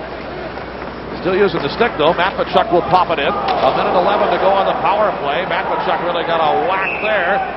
And the puck played up into the crowd and out of play with 8:47 to go in the second. 1:07 remaining in the North Star power play. 2-2 game, and look what happened to Rich Matvichuk as he came down across the line here. That's the old, oh, jeez, he got one under the armpit, and another one looked like coming up on the helmet. I think he got a shave there, Doug. Got a Christian Brothers shave. He's going to be a before and after picture here if that continues on one side of his face. He's lugging a lot of ice time now with Norty gone. He's got to step it up. He's taking some chances. He's involved in the power play coming up the rink. Actually, the Jets are doing a pretty good job. They're showing pressure when they dump the puck, and then they come back and they box out, and we dump the puck, and sometimes we're getting it, sometimes we're not. If you just joined us, Mark Tenorti is gone on a game misconduct at 1944, and now a delay penalty has been called on Essens. I didn't even speculate at the time because I can't believe that finally got called. Well, he threw it out of the rink, and that's what it happens all the time, and nobody ever calls it. Well, if it hits the glass and goes out, I think they negate the call. If it doesn't hit the glass, it's an automatic. One of the least called penalties in the league is going to go to Bob Essens. Originally, that was put in our league and called the Rob Stauber penalty, but that wasn't fair. Well, initially it was put in, Doug, because goaltenders at the end of the game would fire those pucks out or under pressure, and so there's such a long time, time and time. And now it's a penalty that's unfortunate, really, because the goaltenders aren't trying to do that on purpose, but they're getting called. And, it's a bad part of the rule. And that's why it seldom gets called, because it's so difficult to tell when it's on purpose and when it isn't. And normally, I suspect you're right, it isn't. It's a 5-on-3 power play for the North Stars, a two-man advantage. Madonna again didn't get a lot on that shot.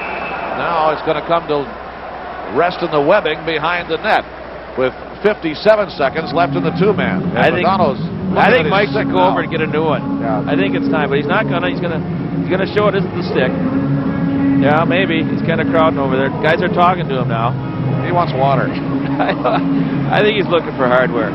Yep, he's pointing down on that end. Nope, not water, not stick. I don't think I've ever seen Mike this year have this many shots. He's had, I'd say 7 or 8, maybe 10 already. Where he's, not necessarily all on the net, but he's had close to 8 or 10, I would think. He had 3 in the first period alone, so he's had several more here in the second. Two-man advantage for 57 seconds, and then more than that, of course, in 5-on-4. Stars with an advantage and a chance to take the lead for the first time in this game. It's 2-2.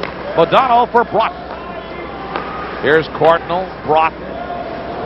Blast by Modano. Blast by Broughton. Shot by McPhee. And a save by Essensa. It was the penalty on Essensa that has made this a two-man advantage. And Broughton bushwhack. Housley on Wakaluk. Saved by Darcy Wakaluk. Slams the garage door on Bill Housley. Stars come back now. Wouldn't you love a goal right now? 18 seconds in the two-man. Here's Modano swinging high for Minnesota. Courtnall is there. Winds up. Cutting in. Loading deep.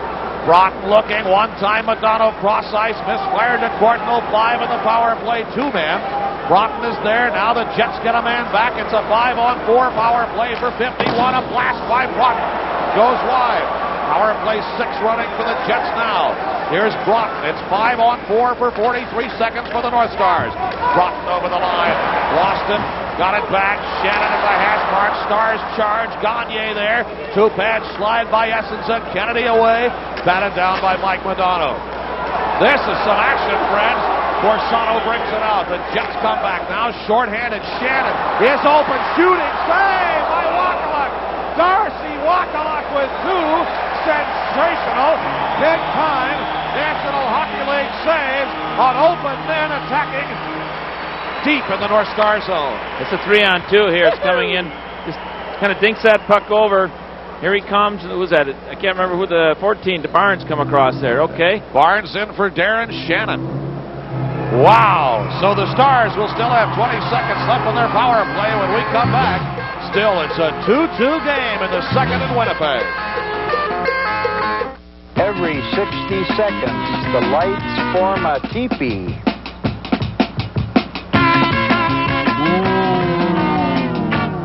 Ooh, that was beautiful. It is a nice place to meet eligible gentlemen.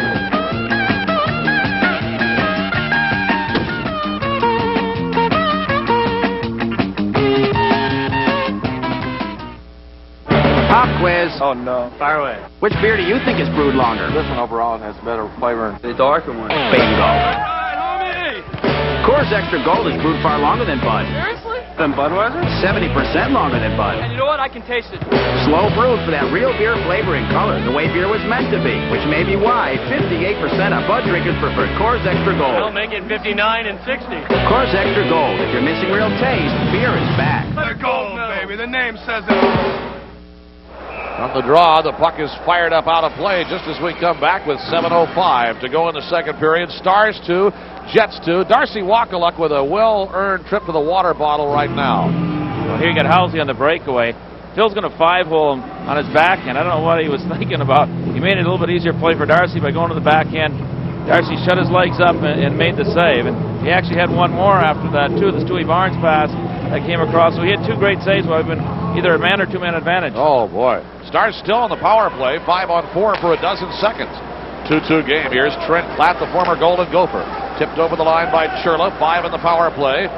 Cleared up out over the glass. Will face it off in the Winnipeg zone for 4 seconds. So you always, when you've got a face-off in your attacking zone and it's just a few seconds left in your power play, you still really get another good second and a half, 2 seconds. Really kind of depends on how the official timer's thumb hits that switch, so you really get an extra grace period there. If you can win the draw, get a shot done, maybe even a rebound, maybe 2. Well, it happens a lot of times. It's a key play. Face-off control on special teams is one of the least credited aspects of the game in terms of winning and losing. That's a great point. You watch it, because if you don't get the draw on your power play and surrender, that means you got 30 seconds off before you come down. If you get it, you save the 30, it's going to give you an automatic shot or two. Big factor. That's the end of the power play now. The Jets are at full strength, and we've got a penalty on the North Stars coming behind the play. As the Jets' Mike Eagles wound up on the deck. Well, wait a minute. No, it's going to be a hook, and it's going to go on Phil Housley. It's going to go on Housley, and the Stars are going to go right back on the power play. I wasn't sure which one Merriwelli was going to whistle there, but this was a good call because Housley had the stick in there, and the Stars go back on the power play. Mike gets a little frustration here from the loss of the goal. You can watch him. He hooks him in there, pulls him off the puck. Yeah, a little acting along with it, but it's okay though if it's our guys. Remember? Well, yeah, he's calling the way I see it, Doc. But I think different drama coach. That's right. I think Phil's frustration is.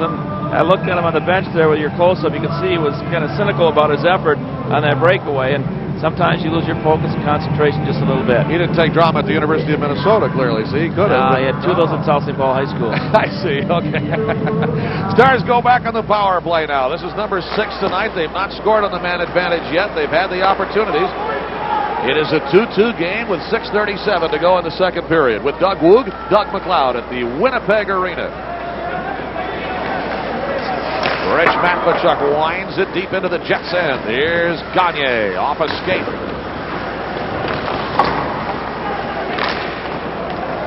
Kennedy wheels behind the net. The Jets gun it out. Darcy Wakaluk will serve it up for Richard Matvachuk.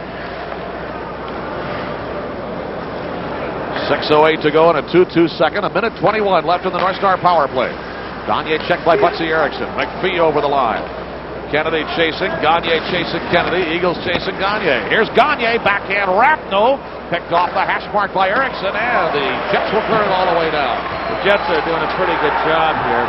They're showing pressure on the forecheck. Then they're backing off. They're picking up the wings. So they're 3 across. And one defense is back deep, Doug, so we can go back and get the loose puck. Watch them as they attack the North Stars. See, they're 3 across. The other defense is back in. He'll go get the puck. And Madonna really had to come down on top of Eakins just to get in the zone. And the Jets clear it away again. They've really built a wall there in their neutral zone. It's kind of like a sweeper in soccer. That last pullback, that's right. The defender goes back about 15 or 20 feet beyond the line of his other players. Stars on the power play for 27 seconds. Russ Courtnall zooming through neutral. Got around Luciano for Saho. Here's Hatcher. One touch. Madonna. He gets got there at the same time to knock it away, and the Jets clear him again as Shannon fires it down, and the Stars not getting much production on their power play. Oh, they're struggling here. Dahlin with 5 seconds left on the Minnesota man advantage. Checked by Eagles. Ulanov rips it to the line all the way down, and that is the end of the Stars man advantage. And the Jets are back at full strength. It's a 2-2 game as the second period winds along at Winnipeg Arena. Neil Broughton floats it. Cardinal fires a rocket that clanged off the glass. Now Housley. Off Jim Johnson. Butsy Erickson wheeling down there for the Jets. Pulled away by Broughton. Courtnall is there with Broughton and Duchesne. They cross the Winnipeg line. Courtnall's drive. Staggered off, escape. Erickson guns it out for Ty Domi. Driving now on Jim Johnson. In for Thomas Steen. Domi got it right back, but Johnson's there. Shovels it away for Courtnall. Stars want to change. And they'll take it now. Sergei Bayutin got it away to center. Bradbury back, and Phil Housley is there. Housley and Bayutin, the defensive tandem for the Jets. Flat the lead forecheck for Minnesota. Steps in front of Solani. Gagne there to try to drag it away. Gagne around Bayutin. Brent Flat out of the corner for Minnesota. Checked by Housley. Solani is there. Launches it to center, but there's Berry. Under 3.5 to go in the second period of a 2-2 game. Bayutin drives it away. Ty Domi comes to center with Solani crossing behind him. Got the drop from Bayutin. Solani wrapped up. Scored! Oh, my, what a goal! Timo Solani with North Stars' great goal over him like last week's laundry. Going down and shoveling that thing in the back of the net. What a goal by Solani. It's 3-2. Ty Domi makes a great behind-the-back pass. Now Solani makes a tremendous individual effort. Just keeps coming. Holy smokes. Wakala probably should have had it, but what a great effort. Solani cuts back through. Moves in nicely. Keeps his concentration. Slides it between the 5-hole. That is lucky 13, Timo Solani, and luck has absolutely nothing to do with it. His second goal of the game. His 49th goal of the season. Timo Solani continues to pile on the points. Here's a play, Doug, where the goaltender should stand up. The player's all out of everything he has. He's going down. He's not going to get much on the shot. If he just comes out and fronts the puck, stays on his feet, have a stick down, it's an easy save. But as it goes, you got to give the guy credit. Solani's made a great play there. Came in himself after a nice behind-the-back pass by Ty Domi. Entered the zone, cut across, made the play. Sergei Bayutin will get the other assist. That's exactly how it was first time. Bayutin got the assist. Timo Solani yesterday at the Jets Wives Carnival, a charity event, was going to sign autographs. What they were not prepared for was that he signed 3,000 of them. Barnes behind the net, smacked away by Ciccone. Ulanov nails Dahlin with the check up high. Now Chris King for the Jets rings it around the boards. They had lines, I guess, the length of 2 football fields and 7 abreast at times here yesterday. People lined up just for Timo Solani's autograph. High puck sailed high, delayed penalty coming on the North Stars. Essenson didn't catch it at first, and now he's going to skate to the bench, and they'll get the extra man. Gavin wants to grab that puck, but Chris King will pull it away. Delayed penalty coming on the North Stars. Essence is on the bench. Jets skating 6-on-5, but now they'll touch the puck. We'll have the tripping penalty whistled and a power play for the Jets when we come back. 2:23 to go in the second period in Winnipeg. Solani's sensational goal makes it 3-2 Jets. Hardee's Frisco Burger, with the great taste of sourdough bread, brings a bit of San Francisco to you. And now it could bring you to San Francisco. Just play Hardee's Frisco Gold Rush game. Your chance to win a trip to visit me in San Francisco. You can also win real gold, instant cash, or delicious food awards. And you get to play every time you enjoy a Hardee's Frisco Burger or Frisco breakfast sandwich. You know, you just can't lose. Are you ready for some real fun?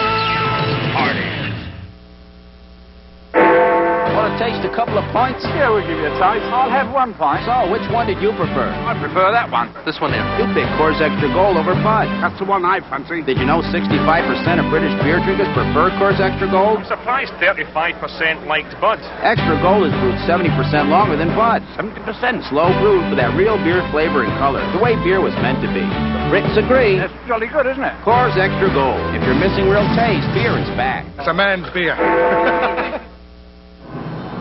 Jimmy Johnson got the penalty here, but what happened, North Stars got standing around on their own zone, and they just weren't doing much. All of a sudden, boom, you got Johnson's stick gets caught in it, and also you've got a situation where North Stars have had the last 3 or 4 power plays, and you knew that was going to happen pretty soon. This is the third power play of the game for the Winnipeg Jets, who lead the game 3-2. Phil Housley, Olesen on his left. Here's Frederick Olesen. 28 of Olesen's 38 points have been on the power play this season. Housley, as referee Dan Maroelli had to get out of the way. Kachuk taken down. The penalty's going to come on Ludwig. Ludwig is going to get a cross check for taking down Keith Kachuk, who was the #1 star in the game here on December 27th against the Stars. And the Stars now will go down 2 men. It's a long one, too, Doug. Got Ludwig kind of shoving.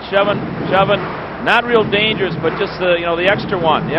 Sometimes they won't call it as long as you don't go into the boards. But Kachuk was still on the outside. It was free of the boards. They oftentimes will not call that. But again, North Stars had the advantage of the 5-on-3. It's what goes around comes around, and they got to shut it off. But it's a minute and 33 seconds they've got where they're going to be down 5-3. Stars faced 1 5-on-3 power play at St. Louis last night, and that resulted in a Blues goal. In fact, that resulted in the game-winning goal to Brendan Shanahan at 13:21 of the third period. Well, it's one of those things, too, and you hate to see it come at the end of a period here. If they score, they'd be up at least by 2. Makes the hill a little bit bigger for the third period, Doug. So it's a big minute and 33 here. Stars still with one of the elite penalty-killing units in the National Hockey League. Housley throws it deep. Solani's shot deflected. Olesen is there. Here now is Olesen, rink wide for Housley. Kachuk shooting, and it's blocked. No goal. There's no goal. The light goes on, but there is no goal. Face off in the North Star zone. What a play. What a save. Wakaluk throws his left pad on that. Darcy Wakaluk with a lightning reaction.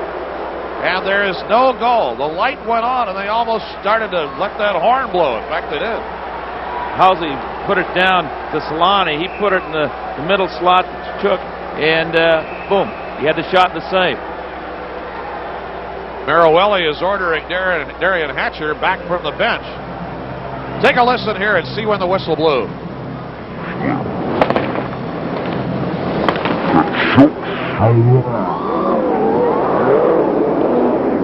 Can't hear the whistle, but there's nothing wrong with your television. I have no idea there. The referee got blinded from the puck, couldn't see it. So as soon as that happens, he's got to call it. And in that case, it looked like it was an advantage North Star. That's the kind of break you'll take on the road, right there. Stars got a few in St. Louis early last night, and then, brother, scales tipped the other way in a hurry. Thomas Steen whacked that by Hatcher. Still a 5-on-3 power play for quite a while for Winnipeg. Housley's pass off Solani. Housley again with Olesen crossing. A minute to go and a 5-on-3 for Winnipeg. Thomas Steen. Stars penalty killers are Perry, Hatcher, and Brock. Housley. A blast by Olesen way off the mark. The Jets have only 13 shots on goal in this game, but they have 3 goals. Trick, and that is the 3rd hat trick this season for rookie Timo Solani. He now has 7 goals in 4 games against the North Stars, and that is hat trick number 3 on the year. 4-2. You got Steen walking in here. Solani just camped right on the right post there. Boom, it's in. He was there before, too, when the puck was at the point. Steen slides it right through in a great pass. No chance of Wackle on that one. Well set up play. Olesen actually will probably get an assist because he took the shot from the far right side, right circle. went wide, kind of a lame shot. Got over to Steen, who walked in and set up the right-handed Solani, who's getting a pretty good ovation here. Hat trick. Timo Solani now has 50 goals on the year. He has 90 points. I would think the guy who scouted him should get a raise. He's a player. Strong, competes, makes passes, shoots the puck. That was a well-executed power play. Timo Solani shaking everybody's hand. His third hat trick of the year, the rookie right winger from Helsinki, Finland. I don't know what the salvage of play is right now, unless they're going to award him the net or something. They've stopped the game now to let the crowd applaud the big 5-0. 50 goals for Timo Solani. Well, I guess that's worth stopping the play for, Doug. Yeah. 50 G's. Rookie. Good player. Sensational Timo Solani. Seems to me that most of the outstanding Europeans, certainly the Soviets, were left-handed. He's one of the few guys that I recall that has the exceptional skill on the right-handed side. That's an interesting point, too. I hadn't thought about that. More to the point, the North Stars are still short-handed. That was a 5-on-3 power play goal. And now, still 57 seconds left of 5-on-4 for the Jets. 4-2 Winnipeg. Steen checked by Barry. Here is Solani. And it's cleared all the way down by Barry. Barry, Johnson, Madonna, and Courtnall, the North Star penalty-killing quartet now with 38 seconds left in the period. 40 seconds remaining in the power play for Winnipeg. Olesen smacks it deep. Here's Keith Tkachuk. Locked up in the corner now. Barnes is there. 23 seconds left in the period. Jets on the power play the rest of the way in this period. Solani and Housley. Housley shooting screen. It took a little chip on to Wakaluk as it was tipped in front and held on. Phil Housley scored a goal against Vancouver the other night that was just bizarre. He fired a shot that hit the crossbar so hard it came back out again. Referee Ron Hogarth and goal judge Joe Walker both missed seeing it go in. Pavel Bure then picked it up, went all the way to the other end and scored. The Jets with a furious protest. Finally they looked at the video replay. It noticed clearly that Housley's puck went in, so he got the goal. Bure's was denied, and that is only the second time since the NHL has started using video replay that a player had a goal denied because another player from the other team had scored at the other end. Bizarro. Badano now takes it deep behind the net. And that's the end of the second period as Badano got a bumping check from Shannon. Darcy Wakaluk has so unhappy with it, he slammed his goalie stick. Apparently it is broken in two. He has discarded his broken goalie stick and left the ice. When the third period comes along, the Stars are still a man short for 3 seconds. But now at the end of two, Timo Solani with 75% of the damage done. Winnipeg Jets 4.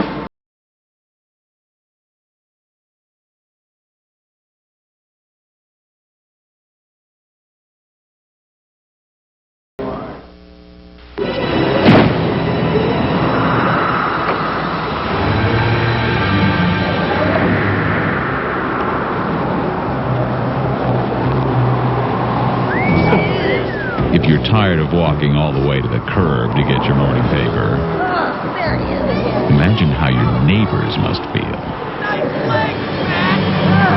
Instead, get the Pioneer Press delivered to your doorstep by calling 291-1888. Looking for a little fun?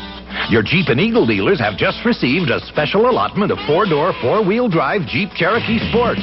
Each with an impressive list of features, like a 190-horsepower engine, power steering, AM/FM stereo, air conditioning, and more. And if that list doesn't move you, perhaps this one will. So hurry, because this incredible list of Cherokee Sports probably won't last long. Get great values on a special shipment of Jeep Cherokees and Grand Cherokees now at your dealer.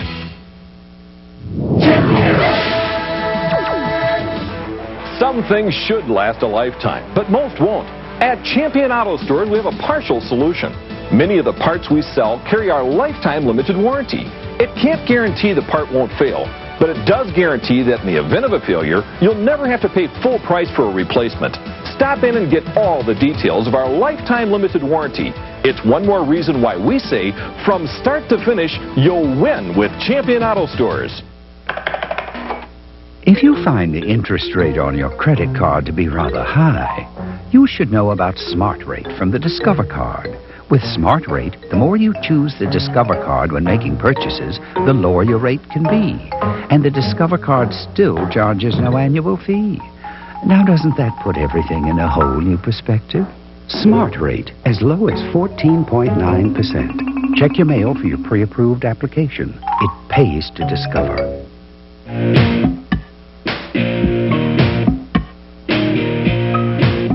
Second intermission at Winnipeg Arena. Welcome back. The Stars and the Winnipeg Jets. This is Doug McLeod with North Stars assistant coach Rick Wilson. Well, Rick, we come down, you start looking at the calendar here in the old daybook. Holy smokes, the playoffs are not that far away. And what I'm wondering is, how much looking at the standings do you guys do in the course of a day? I know the Blues, frankly admitted, they're looking at the standings every day.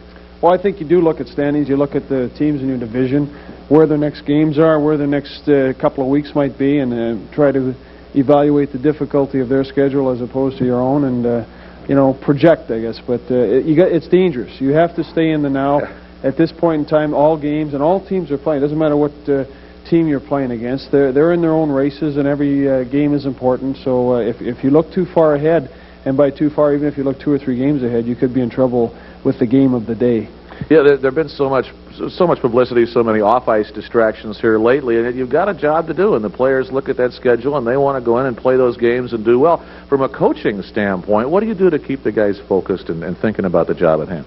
Well, you really try to zero in on the game day. You try to stay in your routine, and you evaluate each game and each team you're playing, your opposition, and so you concentrate on their tendencies, strengths, and weaknesses. For example, here tonight in Winnipeg, we haven't seen this team for quite a while, so we have to refresh ourselves, and we have to refresh the team as to who they are, who their key people are, what style of play to expect in their specialty teams, etc.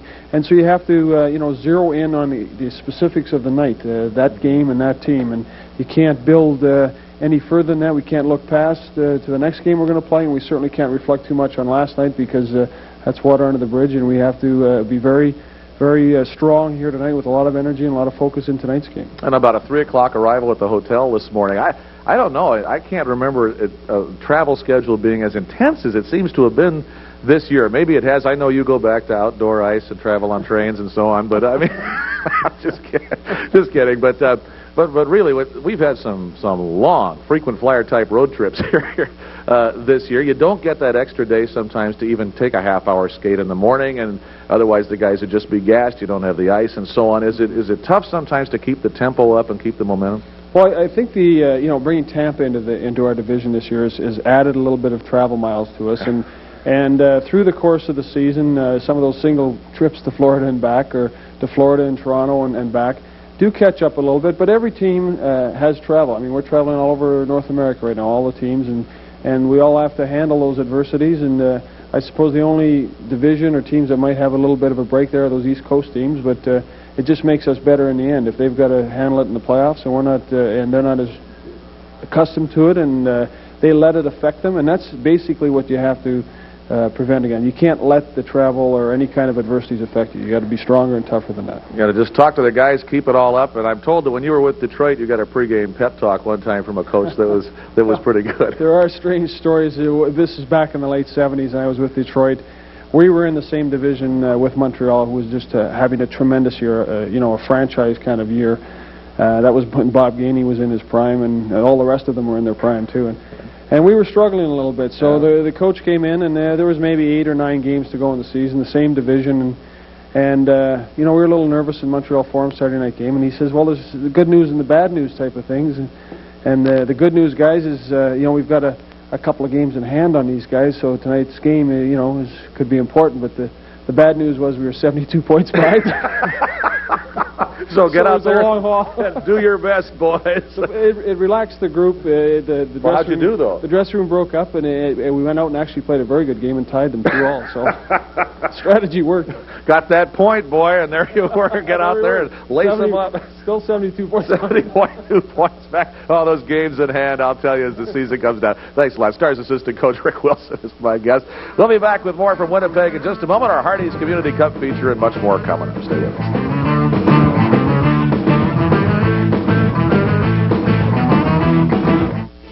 You are watching Midwest Sports Channel.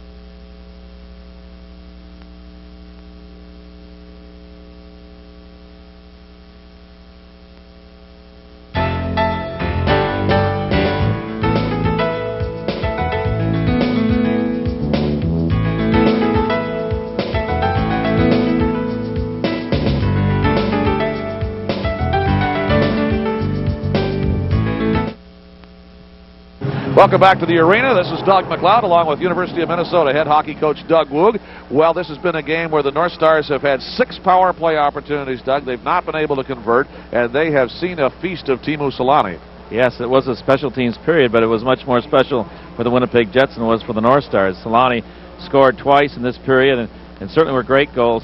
Here's the first one. You get Ty Domi, of all guys, makes a cute little behind-the-back pass right there. Now he's on Hatch. He cuts across on Hatch, comes in and keeps his feet moving, walks the puck to the right, and just on his way down, he slivers the puck through, walked on his feet. If he'd had a stick down, he'd have had her, but a great individual effort.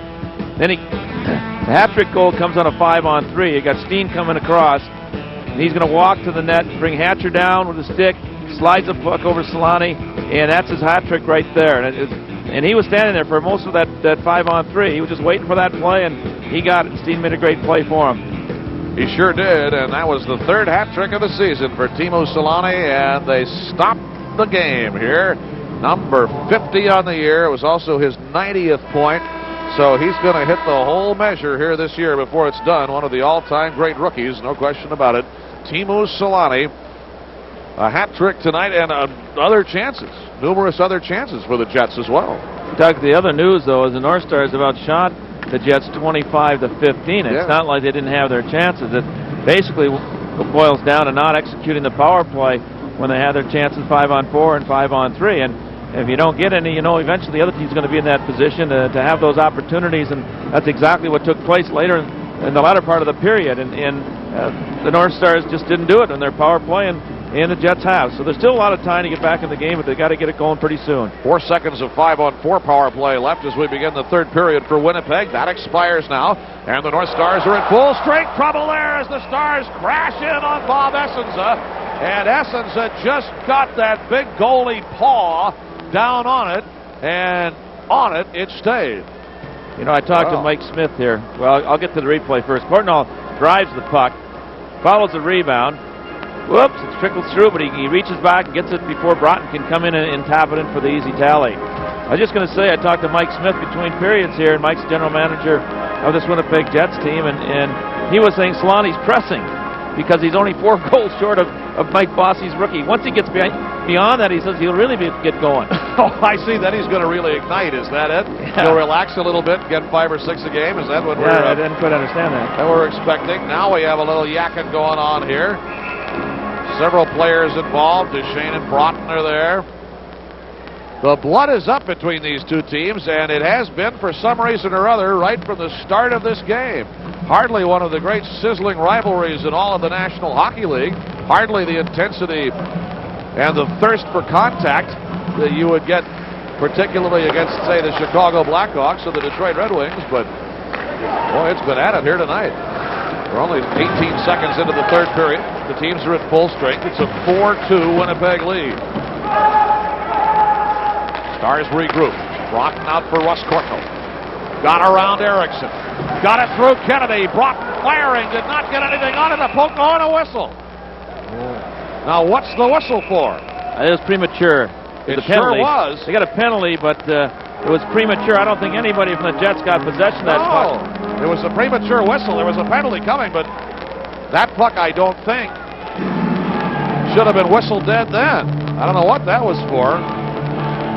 Well, in any event, here's Courtnall with the pass going into Broughton. Broughton gets hooked from behind. That's where the penalty comes in. Now it goes back out to Courtnall. See, the goaltender's really not part of that. The goaltender touches the puck. It's not a dead play. So that play should have continued. That should. Broughton got the penalty called because he drove to the net, and Courtnall threw the puck in there, and they got an opportunity. It's very important, Doug, that they get something done on this power play. This is the big one. This is their 7th of the game. It is their 18th of the road trip, and they are... I'm sorry, it's their 12th of the road trip, and they are 1 for 11 on the road trip so far. They've not scored in 6 previous tries here tonight, as Keith Tkachuk goes for hooking at 34 seconds of the third period for Winnipeg. So it's a heaven-sent opportunity for the North Stars to get back in this thing, trailing now by 2. They came from a 2-goal deficit in Boston to tie a good Boston team and a very, very difficult place to play, the Boston Garden, at the start of this road trip just Thursday night. North Star power play quintet now: Gagne, Madonna, Courtnall, Matvachuk, and O'Donnell. Power play running early in the third for the Stars, down by 2. Bayoutin will crank it up the wing board. Shannon offers it to center, but there's Mike Madonna for Minnesota. Courtnall over the line on the power play, around Shannon, shooting, and a save by Essenza. No rebounds coming off Bob Essenza, although good shots being taken. Madonna put a great pass on Courtnall's stick. He just hummed it across. Didn't quite see it there. It was done just before that. And Courtnall comes in. He's got the choice of just pulling the puck up, setting up the zone, or taking the shot. If he doesn't score, there's nobody in there for the rebound. So, you know, it's 50-50. Here's a great pass by Madonna. Sizzles it right over. Courtnall comes in. Now, like I said, he could opt just to pull up and let everybody get in the zone and get a real power play set up. Instead, he decides to shoot, and it's it's iffy. But if you don't score, there's if you don't get a good shot, you're not going to get a rebound. Matvachuk is there. Partially deflected by Mike Eagles. Power play running, 1:13 for the North Stars, who trail 4-2. Early third. Courtnall fakes it. Madonna blasts it. It just skipped off a skate. And I'm not sure if it was Bayoutin or Eagles. I think it was Sergei Bayoutin. Now into the corner. Here's Gagne shooting wide to the left. Luciano Borsato pulls the trigger, and down she goes. Third period of North Stars hockey brought to you by Hardee's. Are you ready for some real food? Hardee's. They peel off. Winnipeg shows pressure. They just pick up the lanes, and again, one of the defensemen back deep, and he'll be the first guy to get the puck. Now Courtnall and Eagles get to the corner. 35 in the power play for the North Stars. O'Donnell wheeling in, got the first goal of the game for the Stars. That was a 1-1 equalizer at the time in the first period. One man high. That's Mike Madonna. Gagne, one times up blast that filters off the side of the net. Courtnall will go to the corner. 17 in the power play as Courtnall wheels, drops it. Matvachuk runs, winds, guns, blocked by Eagles. Puck alive in the corner. Here's Dave Gagne. Stars pulling Madonna in from the point out of your picture to the left. Collins shoots one and just snipped it. And Essenza deflected away. 2 seconds, 1. That's the end of the Stars' power play. And Winnipeg is back at full strength as Ulanov trying to break one for Tkachuk. Just misfired. Wakaluk gunned it out. Dahlin is there. Here's Platt driving in, wrapped up by Ulanov, checked by Housley. The Stars. They got too many men on the ice. 3, Not 4, sure. 5. Well, my guess, North Stars got too many men on the ice. I believe that's right. Yeah, the trailing linesman is back there holding a stick, and he was going to the bench at the time. And that must have been what he noticed. That's what a linesman can call. I think that's a pretty good guess. At 2:49 of the second period, a bench penalty to the North Stars for too many men on the ice. Maybe. Well, I think, Doug... no, it's going to be a penalty on the Jets. Well, the Stars were roaming around in front of their bench.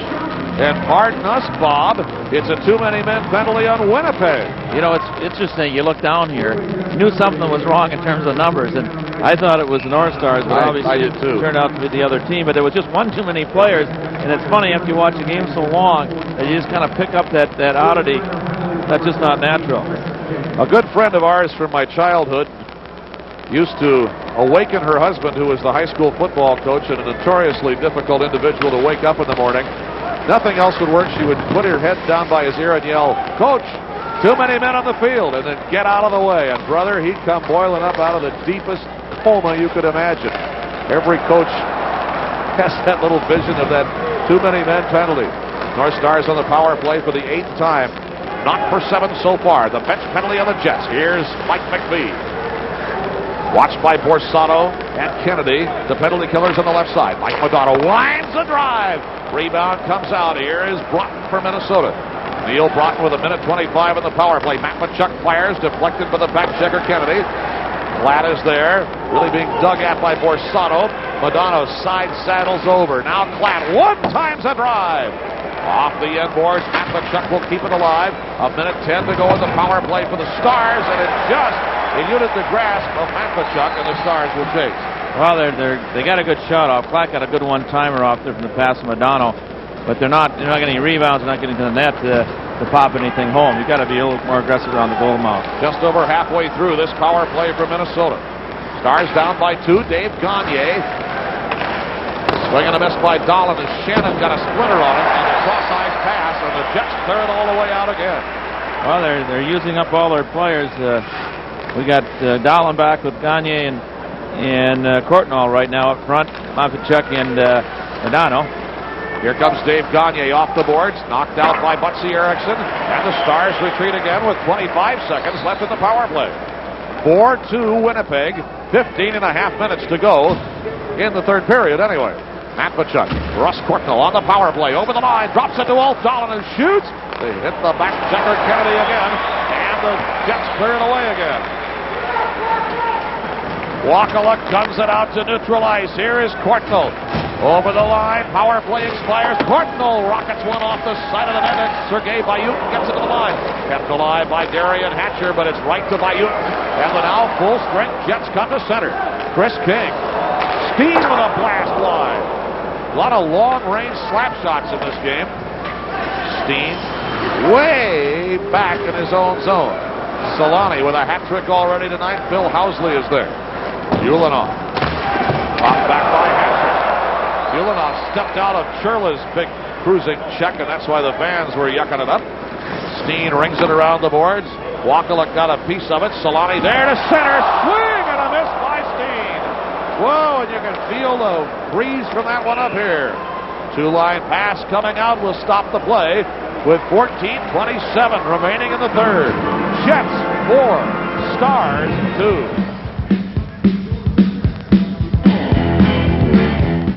Hardee's Frisco Burger, with the great taste of sourdough bread, brings a bit of San Francisco to you. And now it could bring you to San Francisco. Just play Hardee's Frisco Gold Rush game. Your chance to win a trip to visit me in San Francisco. You can also win real gold, instant cash, or delicious food awards. And you get to play every time you enjoy a Hardee's Frisco Burger or Frisco breakfast sandwich. You know, you just can't lose. Are you ready for some real fun? Hardee's. During the Roman era, 28 was considered old. In the 1800s, 60 was over the hill. You got it! You got it, Jason!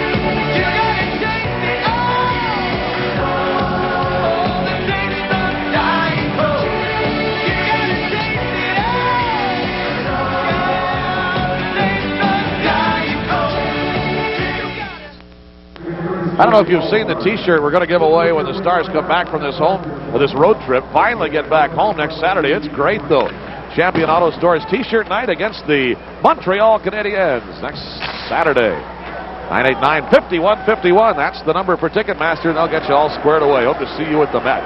Gagne brings the North Stars back through neutral. Stars trailing 4-2. Here's a chip shot by McPhee. Got his own rebound. Score! Mike McPhee got a couple tries at point-blank range on Bob Essenza, and with plenty of time left in this one, it's a one-goal game, and the Stars are right back in the hunt.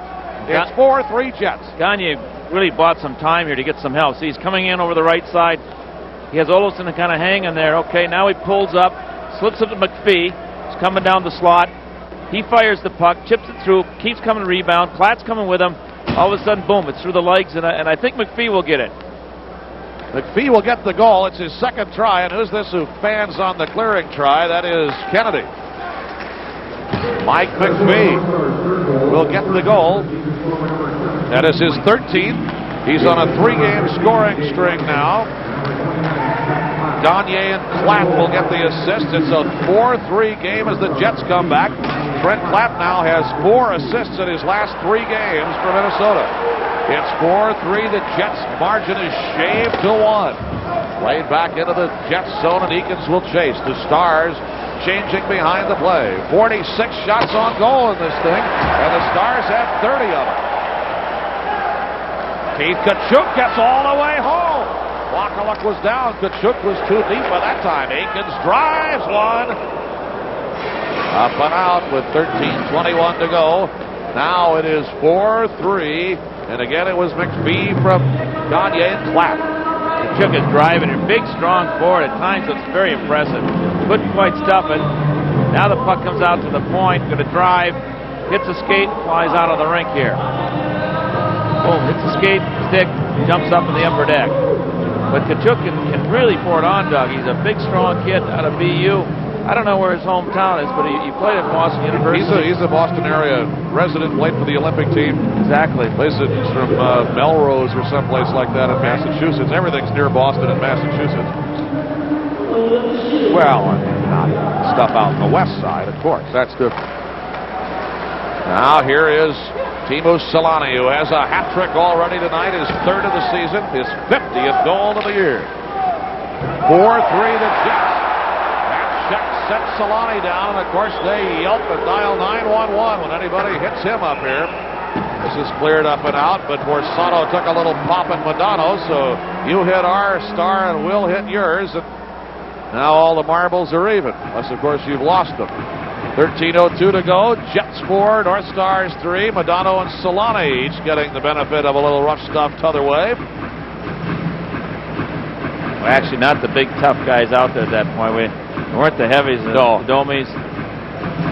Selanne gets dumped on the one side, but not that bad. Hatcher gives him a little something here, but that's a half a dive, I'd say. Oh yeah, they just go nuts, as I say, whenever anybody touches a kid up here. But that was a good call, non-call by the referee, and not so certain it wasn't a good call on the other end when Bonanno got popped. So his writing hand must be sore. As I mentioned, they estimate 3,000 autographs that he signed. Can you imagine? Bill Housley rips it away off Shannon's skate. Stars come back out as Brad Berry wheels back. Madonna. Those of you watching along in Grand Forks area, of course, will remember Brad Berry with the Sioux. Several folks up here, as a matter of fact, from the Grand Forks area tonight. Puck comes into the Stars zone, ripped away by Wakaluk into center. Bill Housley. There were actually a couple of fans that didn't catch where they were from. Housley got Selanne 4-0. It's a 4-goal night for Teemu Selanne. 47, 48, 49, 50, 51. Hey, Selanne, I was just going to mention, Doug, what great explosive ability he had. And he just missed going around Brad Berry. Then Housley, the puck came back, and Housley split him right between the two defenders. Watch this pass. Right now, Housley's got him. Watch Selanne accelerate here. 1-2, and he clears his whole way, gets himself totally free. Now he's got a chance of going all alone. Nothing else but a penalty shot. Housley's eyeing him up right now. Kind of nice to have a guy on your team get you the puck like that. In 3 games against the North Stars prior to tonight, Teemu Selanne had 4 goals. Tonight, Teemu Selanne has 48, 49, 50, and 51. 4 goals. I believe that is his only 4-goal game. Their notes are not very complete on that subject, but it is his 3rd hat trick plus 1. So that's 4. So I believe it's probably his only 4-goal game. We'll see. Barnes comes out. Ludwig. Pop fly. Going straight up and down. We could read the label from here. 5-3 Jets. What a feed from Housley for Teemu Selanne's 51st goal. At 7:37 of the 3rd. Barnes. Teemu Selanne has been getting open remarkably number of times. Wakaluk and Eriksson behind the net. Courtnall back now for Minnesota. Smacked by Ulanov. Matt Tkachuk with a check that took Kennedy off the puck. Courtnall a rip at it, but it goes right to Mike Eagles.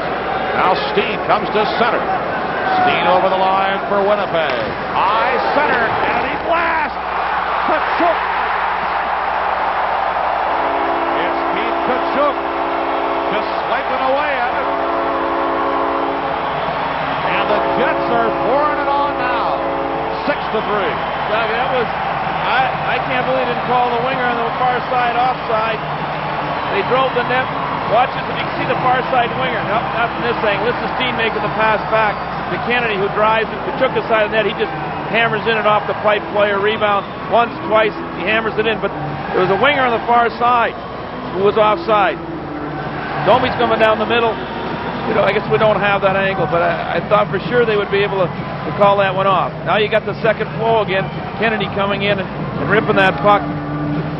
Steen made another good play, drove the zone. Kachuk stays in front of that where you're going to score goals. Boom, it's in the net. Steen has 3 assists on the night now. And 33, that's 50 points for him on the year. Puck back in the Stars zone. 6-3 Winnipeg now. Winding along toward the halfway mark of the third period. Ludwig, Klatt turns it back out, and here come the North Stars. McPhee, tipped over by Klatt. Eagles drives it back out. Johnson checked by Kachuk.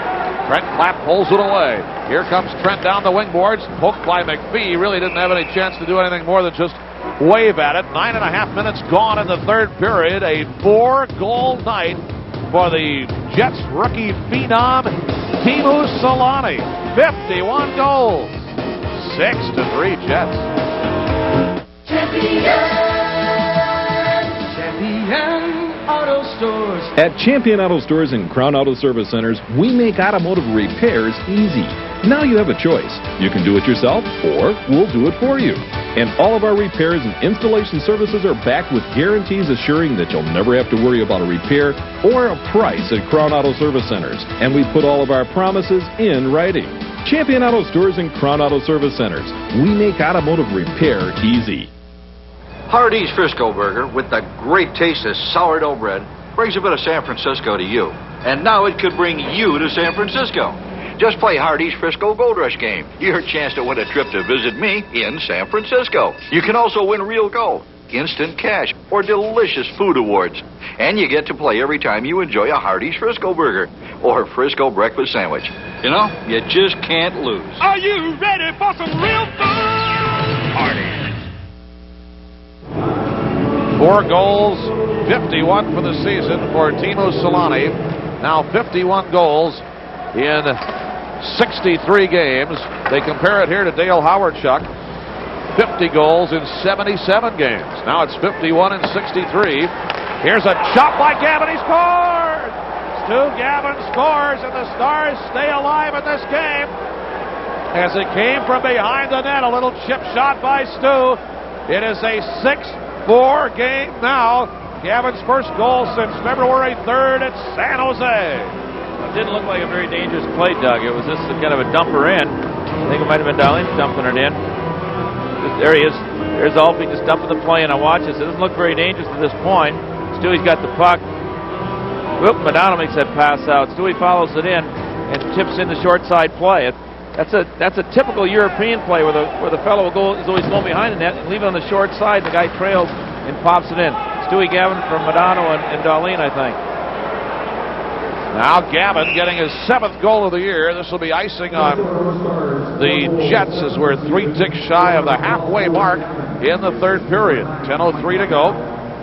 Jets 6, Stars 4. Single assist to Mike Madonna on the goal. I'm surprised they didn't give one to Alfie there. He dropped the puck inside, and Madonna went down underneath and laid a little backhand on the short side to Stewie Gavin. Hey, there are North Star fans all over the building here. Wearing that Shane Shirley shirt. Wait a minute, what's that hat, though? What's the story on that hat? Please. Well, it's a nice shirt, anyway. Doug, the North Stars got 33 shots on goal, and the Jets have only got 19, but they got the better end of the scoreboard, 6-4. You know, I don't think it indicates the quality shots that both teams have had. 33-19 Stars in shots. It is 6-4. The Jets lead trimmed to 2, and the Stars still in this game. They get the next goal, and look out. 10 goals in this one so far. Here is Sergei Bayutin for the Jets. Chipped ahead by Borsano. Shannon chasing. Ludwig is there. Bumping, getting it away. Duchesne tried to clear, locked up with Housley, who gets a lot of minutes in a hockey game. Bayoutin to neutral. Courtnall will pick it off in his own zone. The speedy, flying Russ Courtnall. Ludwig for Broughton. Crossing with Duchesne in the slot. Centered, but Duchesne was screened away by Housley. And Solani gets it out of the zone. Sergei Bayoutin will turn it back for the Jets as the North Stars change. Bruce out through neutral. Johnson retrieves there. Here is Barry ahead. Stu Barnes. Kennedy back in his own zone. Bayoutin away for Chris King. Hatcher there. Klatt took it over the line. Mike McPhee. Stars stacked the right side. McPhee's shot ripped away by Essenza. Gagne taken off by Druce, and the Jets will pop it out of the zone. Hatcher turns it back in off the board.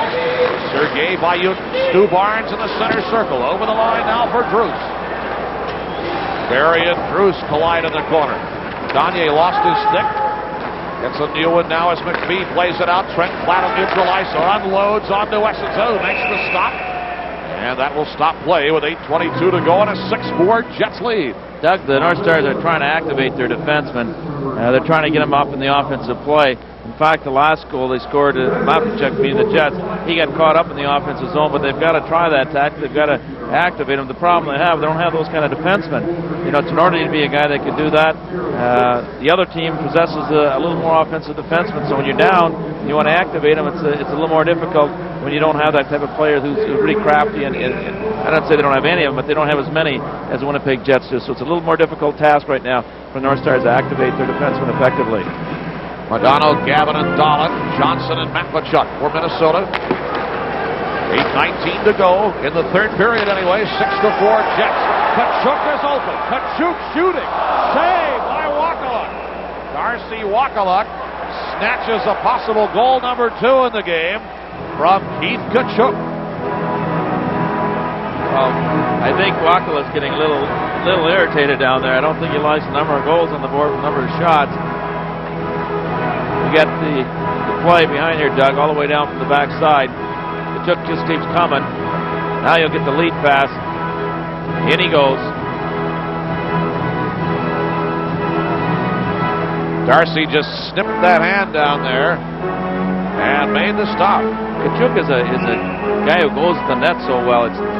He didn't get a very good move on. He couldn't pull the puck. He probably got caught between whether I'm going to shoot the puck or drag it to my backhand. He looked a little indecisive there, and probably not knowing how much pressure he was getting from the backside. I haven't mentioned it until now, but Darcy Wakaluk is not necessarily playing at 100%. He hyperextended his knee. They called up Mike Torchia from Kalamazoo last weekend. Darcy has been back. He told Bob Gainey he was ready to go.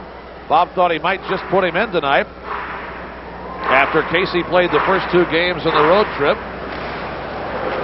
So Darcy, I don't know if he's feeling any effects of that or not. That one snapped right off some metal. And now Johnson and Housley exchange the time of day. They've added an assist to Ulf Dahlin, as you would hope and suspected they would on that goal by Stu Gavin. Now Gavin, Madonna, and Dahlin. His eyes open, Doug, or are they get him? Are you serious? He's a very intense goalie. He is looks like he needs to stay concentrating all the way. Not sure. Darcy Wakaluk. Now Madonna against Steen for the draw. Now the puck comes to neutral. Gavin for Minnesota. Bayoutin trying to check Gavin, who has a goal tonight. Ludwig snapped it away. Keith Tkachuk just got robbed by Wakaluk. Played back out to neutral, and Johnson is there. 7:49 to go. 6-4 Jets lead. With Doug Woog, this is Doug McLeod at the Winnipeg Arena. Game 3 of a 4-game road trip for the North Stars. Popped high, whacked back in by Madonna. It is onside, so the Stars are changing behind the play. Madonna check, poked by Tkachuk. Tkachuk and Butsy Eriksson over the line. Now Steen. Steen in the circle, centering. Nobody home. Hatcher away up the boards for Dahlin. 7:19 to go. Stars trail by 2. Madonna to Bradbury. Got around Shannon. Right in front, but Butsy Eriksson sweeps it away as the Stars are still changing. Broughton away for Hatcher. And it's played out by Olesen. In the Stars zone. Ross Courtnall, Brad Berry is back there to help him. Luciano Borsato, number 38, cruising around as Courtnall plays it ahead to Broughton. Shannon couldn't break it up. Duchesne on the inboards. Courtnall centered for Hatcher right in front, who's been popped pretty well down there by Dean Kennedy. Brock floating around. Dangles away to the corner. Brock there. Now the drive comes into a crowd. Hatcher had it drop right at his feet. He's down, and I'm afraid he's on the puck, but maybe not. No, it squirted out behind him. And Essenza had to drop down quickly and cover up. What a squirming mass of humanity down here in front of Jets goalie Bob Essenza. Courtnall takes a shot there. You can see Hatcher's, he's in deep. He's down there. Broughton's down there. Duchesne's down there. About two guys that aren't. One's Gainey. You and I. That's about it. Thank goodness for that great big leather goalie glove. 6:31 to go in the third. Jets 6, North Stars 4. We'll be right back. There's a Northwest Airlines program that provides hot meals to those who may never be able to afford an airline ticket. And another that provides warm blankets to those who may never see the inside of a DC-10. And even one that teaches Northwest people how to exchange a kind word with a young traveler who listens with his eyes. When it comes to lending a helping hand, some people just know how to fly. I'm so excited. It's Toyota's first big sales event of the new year, and you'll get excited over all the new Corolla deals. Like an all-new lease deal of only $179 a month. That's a new Corolla with a standard driver's side airbag for $179 a month and no down payment. Let's get excited. It's a great time for you to get excited, and time for you to get to your Toyota dealer during Toyota's first big sales event of the new year. Action in the Jet zone. Mike McPhee behind the net with Trent Klatt. Aikens working on McPhee with 6:18 to go in the third. Jets 6, Stars 4 with Doug Woog. This is Doug McLeod at Winnipeg Arena. NHL hockey on a Sunday night here on MSC. Eagles slams it away, but there is Craig Ludwig. Richard Matvechuk puts it back into the Jet zone. Ulanov plays it behind the net, out past Gagne, a board pass to center. Matvechuk now for Minnesota, picked off by Stu Barnes in the circle. Barnes winds a drive, score! Stu Barnes just blows it in. At 14-10, it is 7-4 Winnipeg. That was a blast, Dougie. He hit the upper corner on Wakala. Came through the noob zone with the puck. Just hummed that puck. Here he comes right now. Penetrates very deeply, almost at the top of the circle, so he's got a pretty good angle, pretty good depth, and hits that upper corner. Tough shot for Wakala to handle. Here we go again. He gets all of it, too. I think he's got Jimmy Johnson in front of him for the screen, which makes it even more difficult for Wakala. That's just a good shooting play by Stewie Barnes. Stu Barnes in his 18th game up with the Winnipeg Jets. He played 42 earlier with the Moncton Hawks. Up from the minors and determined to stay here. Nails his 9th on a blast at 14-10 of the third, an unassisted goal by Barnes. Fans yell Stu. This pops up over the glass and out of play. 5:42 to go in the game. It is 7-3 Winnipeg. The Jets doing an interesting thing, incidentally, with their captains at the moment, Doug. Trying to get some confidence, John Paddock is, in all his young players, with his captain Troy Murray gone. Now they are splitting the captaincy. They'll have 3 guys in each game wear the A. Phil Housley has worn one regularly, of course, here. Chris King is on the ice wearing one now.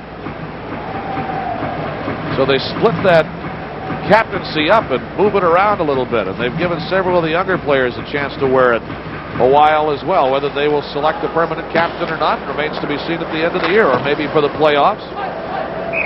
Right now they're in the 4th Smythe Division playoff seat, but coming into tonight's game after that loss to Vancouver the other night, they're still in the hunt. They're only 1 point behind the LA Kings, so John Paddock has mixed things up a little bit down there. He didn't have a clear choice, apparently. Guy who wanted to be captain, so let's see who can do the job. Well, it gives them all a feeling of being involved, and I think that's positive. you get a little responsibility. It's kind of like having high expectations. You're almost better to trust somebody than to doubt them, and you get a little better performance. John Drews racing back down to the Stars zone. A rink-wide pass with nobody home except North Stars. Picked off by Thomas Steen at the line, but turned back to center. Housley there, messing around with Gavin. Drews turns back. Housley sends Gavin down as Drews comes to center. Steen turns it back. Gavin slams into Steen. Kachuk slams into Gavin. I don't know if Stewie's got a target painted on him now or what, but Housley's the one who was roughing him up earlier. Madonna with 5 minutes to go in the third. 7-4 Jets.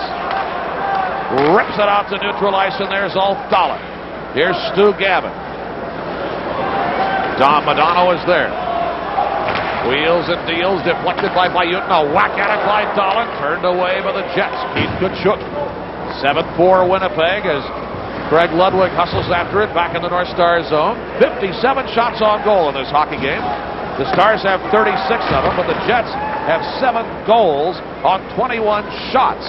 1 every 3 shots, which is a little disturbing. Kennedy for Eagles. David off shooting, blocked by the back checker Jim Johnson. Turned back now, Erickson shoots one. That's snapped down by Craig Ludwig.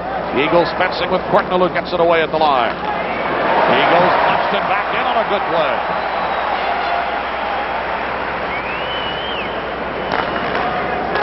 Ludwig off the skate of Gaetan Duchesne. Here is Duchesne with Eagles. Patsy Erickson flings it in.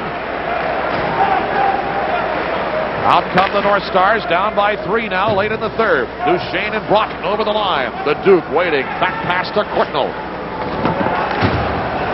Brad Berry will go to the corner. A delayed penalty is coming on Winnipeg and will be called now. An interference penalty with 3:40 to go in the third. The Stars will climb into the power play again, trailing 7-4. One of your most important pieces of hockey equipment may be obsolete. iTech presents the most revolutionary helmet in hockey history, the I-90. It's the performance leader of helmets. Its shell is reinforced by a polypropylene bead that's super resistant yet ultra light. The I-90 is adjustable. Simply turn the dial and the helmet shapes to the contour of your head. The I-90 features an air ventilation system that keeps you cooler. The I-90 from iTech. Clearly the best protection in sight. If you find the interest rate on your credit card to be rather high, you should know about Smart Rate from the Discover card. With Smart Rate, the more you choose the Discover card when making purchases, the lower your rate can be. And the Discover card still charges no annual fee. Now doesn't that put everything in a whole new perspective?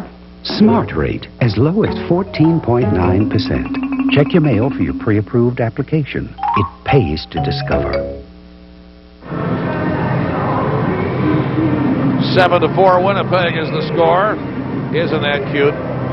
That's Tom Mee, who's our producer director, and I just want to be sure and get his name out there so that those of you doing the Emmy nominations will know who it is. It's Tom Mee, M-E-E, but he's actually Tom Mee Jr. because I would hate to indict his father, who's a well-respected authority in sports.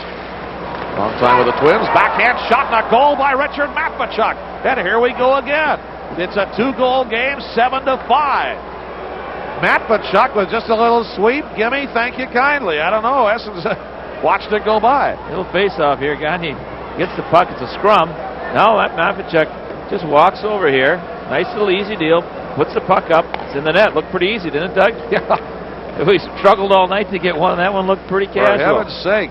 Pretty casual. Sergei Bayutin had left his guy, and that's what caused the opening there on the face-off.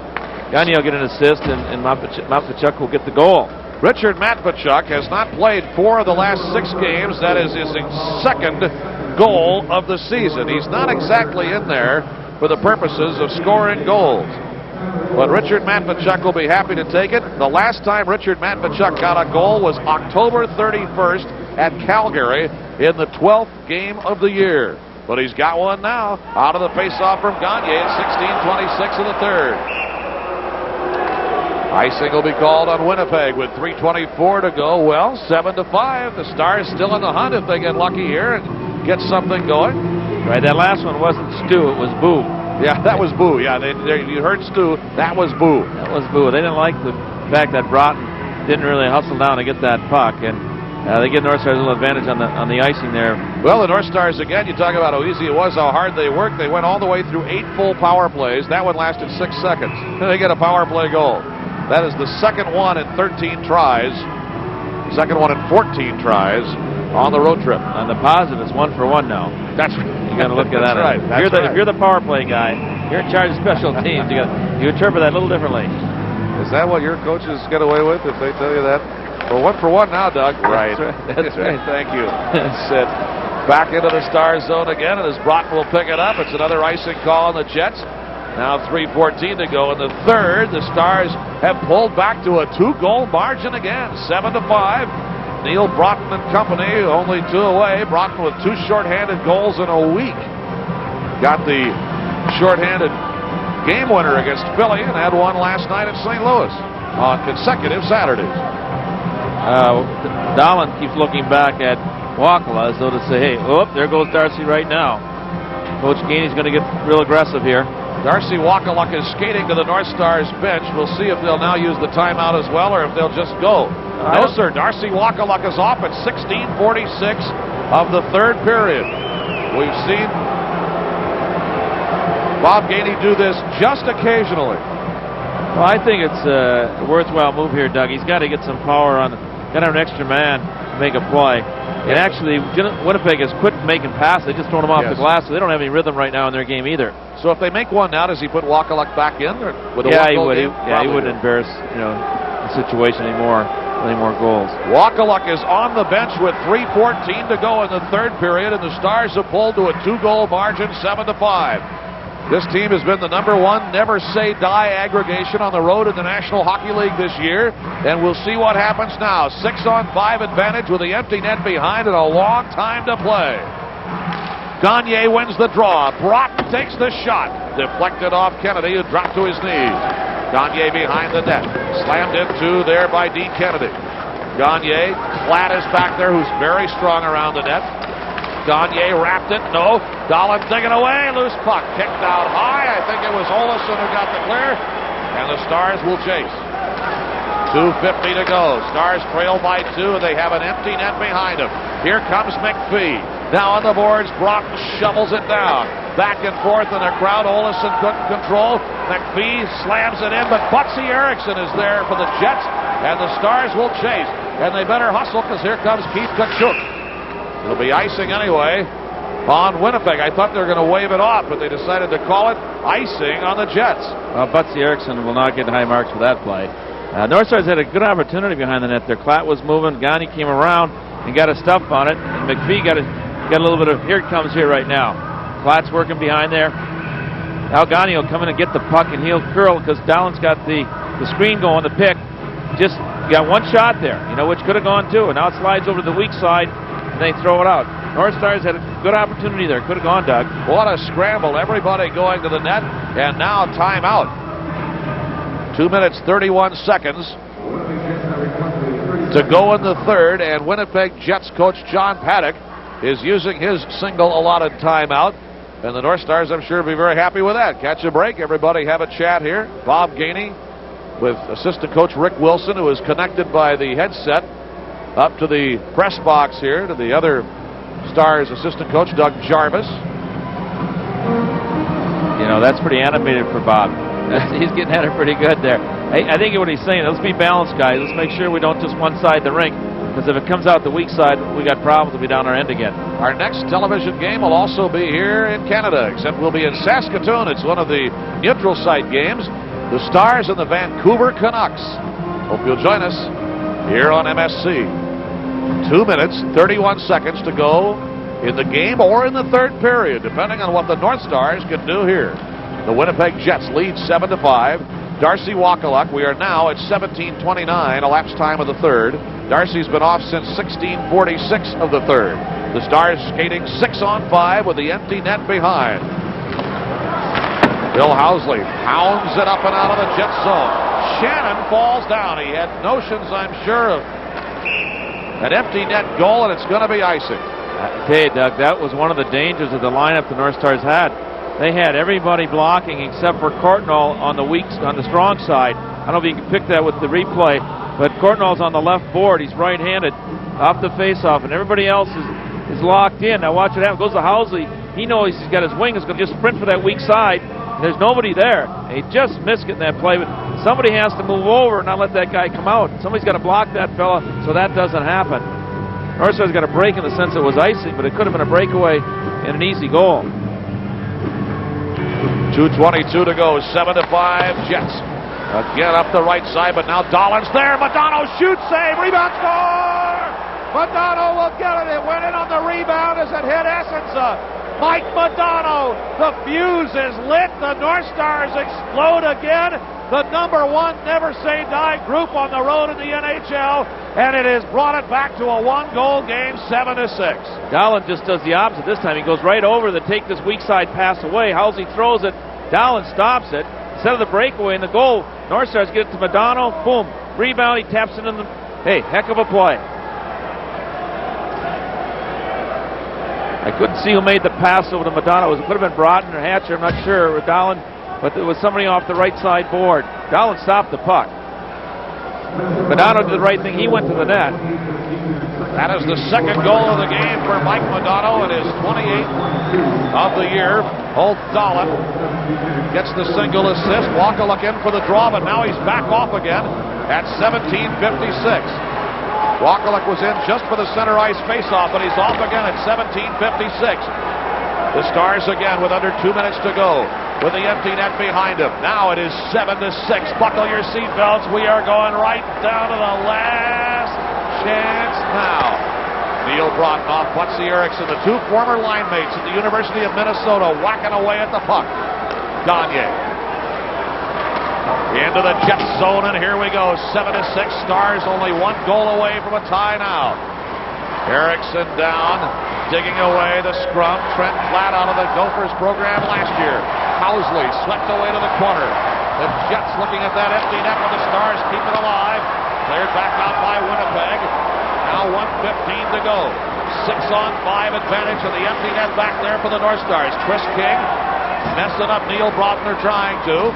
Gagne comes back. Wrong side of the center line. Courtnall got there first. No icing. Gagne shoots, and it's high. Oh, Gavin went behind the net. A drive and a crowd. Last minute of play. Empty net behind, and the Stars will have the puck back in their own zone. 47 seconds to go. There is still hope. Icing on the Winnipeg Jets. The faceoff will come in the Winnipeg zone. 45 seconds to play. Jets 7, Stars 6. Oh, this is the NHL, and this is just fine. Isn't this fun? Doug, they had a great chance. Left-hander Dolan, I think it was, who shot the puck across the front of the face of the goal. They had some great opportunities there. Courtnall picks up what would have been an icing. Comes out, now Madonna rips this puck. Now watch, I think it comes to Alfie here. That puck goes up, comes back down. They get another shot beyond this one as well. Courtnall again. Gets it in deep where it's supposed to do. Now they react to the puck. But they had a great chance here where I think it was Alfie that had that puck that went right across from one pipe to the other pipe. Timeout has now been called by Bob Gainey with exactly 45 seconds to go in regulation time. The Jets 7, the North Stars 6. Oh, what a comeback, and oh, what even a tie this would be if the North Stars can pull this one off. Some of those Winnipeg goals have been beauties, some of them were not. But they all count up to 7, but the Stars have wrestled back to get number 6. Now it's 7-6, and a council of war around Bob Gainey.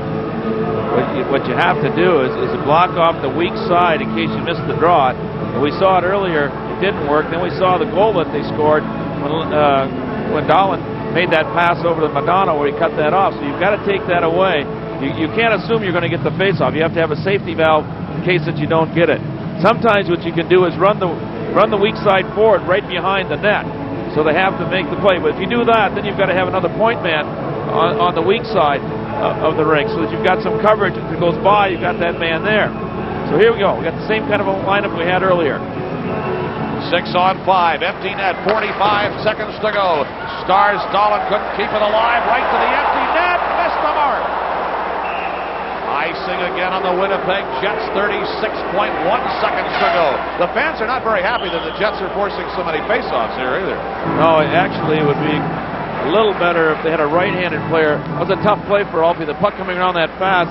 He's on his offhand side. He gets handcuffed. Now it would be natural if he'd take the weak side because he'd be on his forehand side on the weak side there. John Paddock, the boss of the Winnipeg Jets. 36.1 to go. Darcy Wakaluk is on the bench. The Stars scored to make it 7-6. Now with the extra man advantage, the face-off, Neil Broughton against Mike Eagles in the Winnipeg Jets zone. Broughton wins the draw. Courtnall to Madonna. Broughton. Now Courtnall along the end boards, but Dahlin is there. Off the side of the net, shoveled by Essens and Dahlin in front. Borsato's going to get it. Borsato picked off by Courtnall, 21 seconds to play. Courtnall looking back.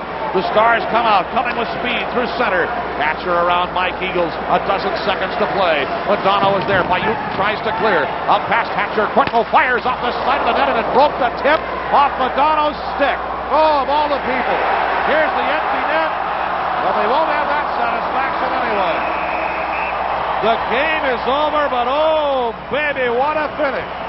You never, under any circumstances, want to write the North Stars off till they've had a chance to make it entertaining.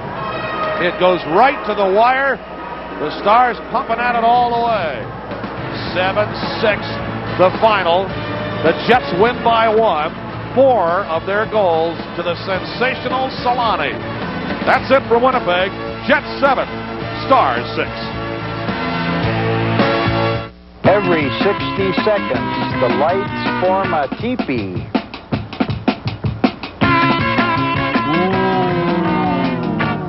Ooh, that was beautiful. It is a nice place to meet eligible gentlemen.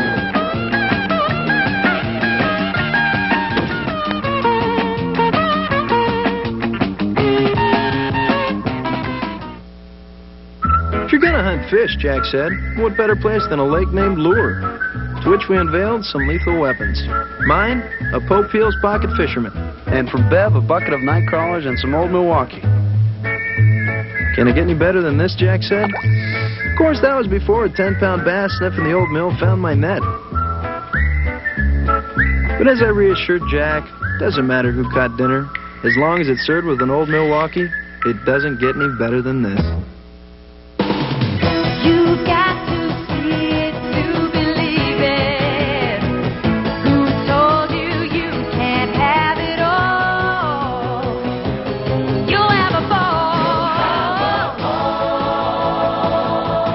There's a place for fun in your life, Mall of America. There's a place for fun in your life, Mall of America. Hardee's Frisco Burger, with the great taste of sourdough bread, brings a bit of San Francisco to you. And now it could bring you to San Francisco. Just play Hardee's Frisco Gold Rush game. Your chance to win a trip to visit me in San Francisco. You can also win real gold, instant cash, or delicious food awards. And you get to play every time you enjoy a Hardee's Frisco Burger or Frisco breakfast sandwich. You know, you just can't lose. Are you ready for some real fun? Hardee's.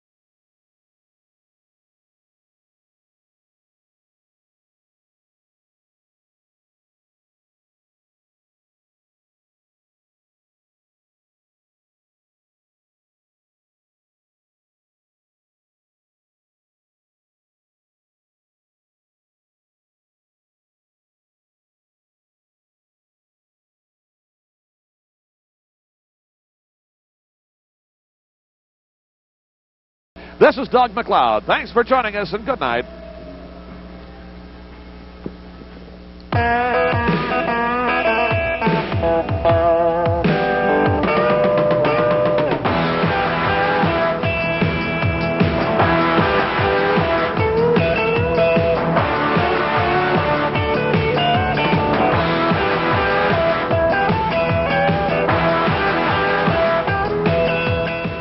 Minnesota North Stars hockey is brought to you by Coca-Cola Classic, the official soft drink of the NHL and the Minnesota North Stars. You can't beat the real thing. And by Champion Auto Stores and Crown Auto Service Centers, where you can do it yourself or we'll do it for you. And by Toyota and your local Toyota dealers. I love what you do for me, Toyota. And by Mystic Lake Casino with slots, blackjack, high-stakes pull tabs, bingo, and restaurants located just south of Valley Fair. And by Old Milwaukee and Old Milwaukee Light. It doesn't get any better than this. And by the Mall of America. There's a place for fun in your life. Mall of America.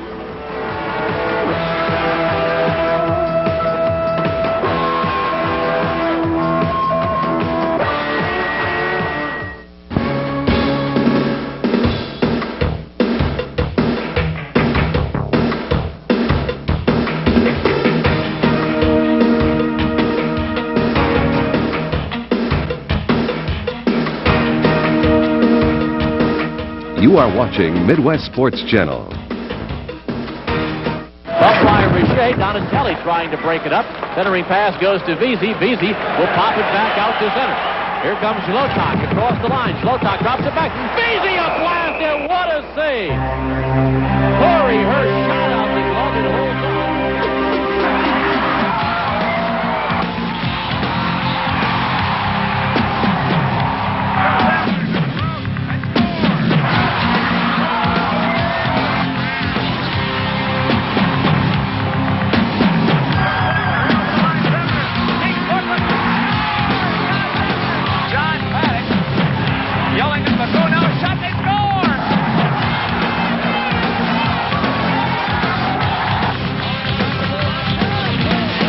Ringside.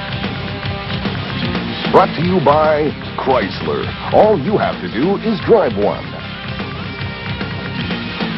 This week on Ringside, we feature St. John's point man Ted Crowley. Will it be revenge for the Binghamton Rangers in the game of the week? And Hershey's Mike Eves joins us behind the bench. We'll look at top prospects in the Atlantic Division, and we'll have highlights and much more this week on Ringside.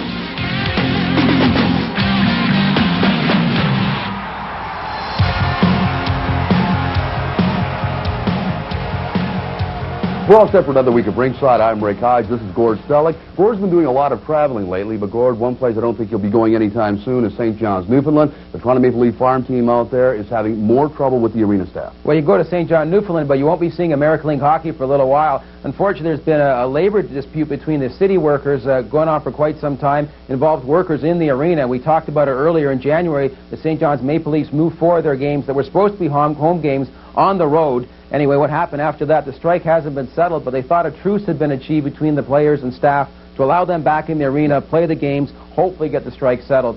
A few games were played, then last weekend Cape Breton came to town. Friday, the St. John's bus was basically attacked by some picketers and legitimate concerns for the safety of the players. They canceled the game. Saturday, same situation. This time it didn't get that far. The concerns were still there, so the Toronto Maple Leafs decided to cancel the second game. Now they played 2 games in Stephenville, Newfoundland against Cape Breton last Monday and Tuesday, and there's going to be no hockey in St. John's till the strike is settled. Okay, Gordon, now what does that do to the future of hockey at St. John's, Newfoundland? We've been hearing a lot of talk about St. John, New Brunswick coming in, and a lot of teams, a lot of NHL teams like that site. Well, hopefully everything will work out in St. John's, Newfoundland, but you're right. St. John, New Brunswick has been targeted, I guess, the hot spot for the American Hockey League next season. Calgary Flames showing serious interest, pulling out of Salt Lake City and going there, much like Vancouver did last season, pulled out of Milwaukee and moved to Hamilton, and possibly Ottawa may pull out of New Haven. They probably will pull out of New Haven anyway, may go to St. John or Charlottetown. Okay, now you bring up Charlottetown. There's another new city from the Atlantic coast.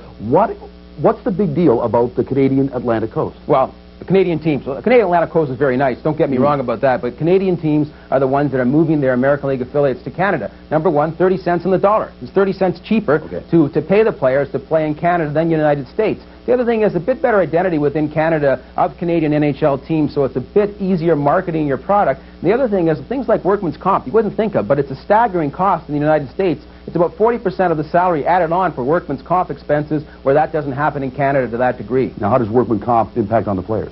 Well, at the end of the season, if you got an injury, and legitimate hockey injury, and you can't work that summer, you can collect workman's comp in the United States. There's been a question that some guys, there are legitimate injuries, but some guys, the mysterious ones with 3 or 4 games left, pull up somewhere and get a letter saying you can't work the next 20 weeks, and they get paid off, and that's a bit of a concern. Everyone doesn't do that. It doesn't happen to the same extent in Canada. But you can float your way through the summer. Okay, anyway. Gord, we'll catch up with you a little bit later. Right now, we'll have a look at the Bauer leaderboard.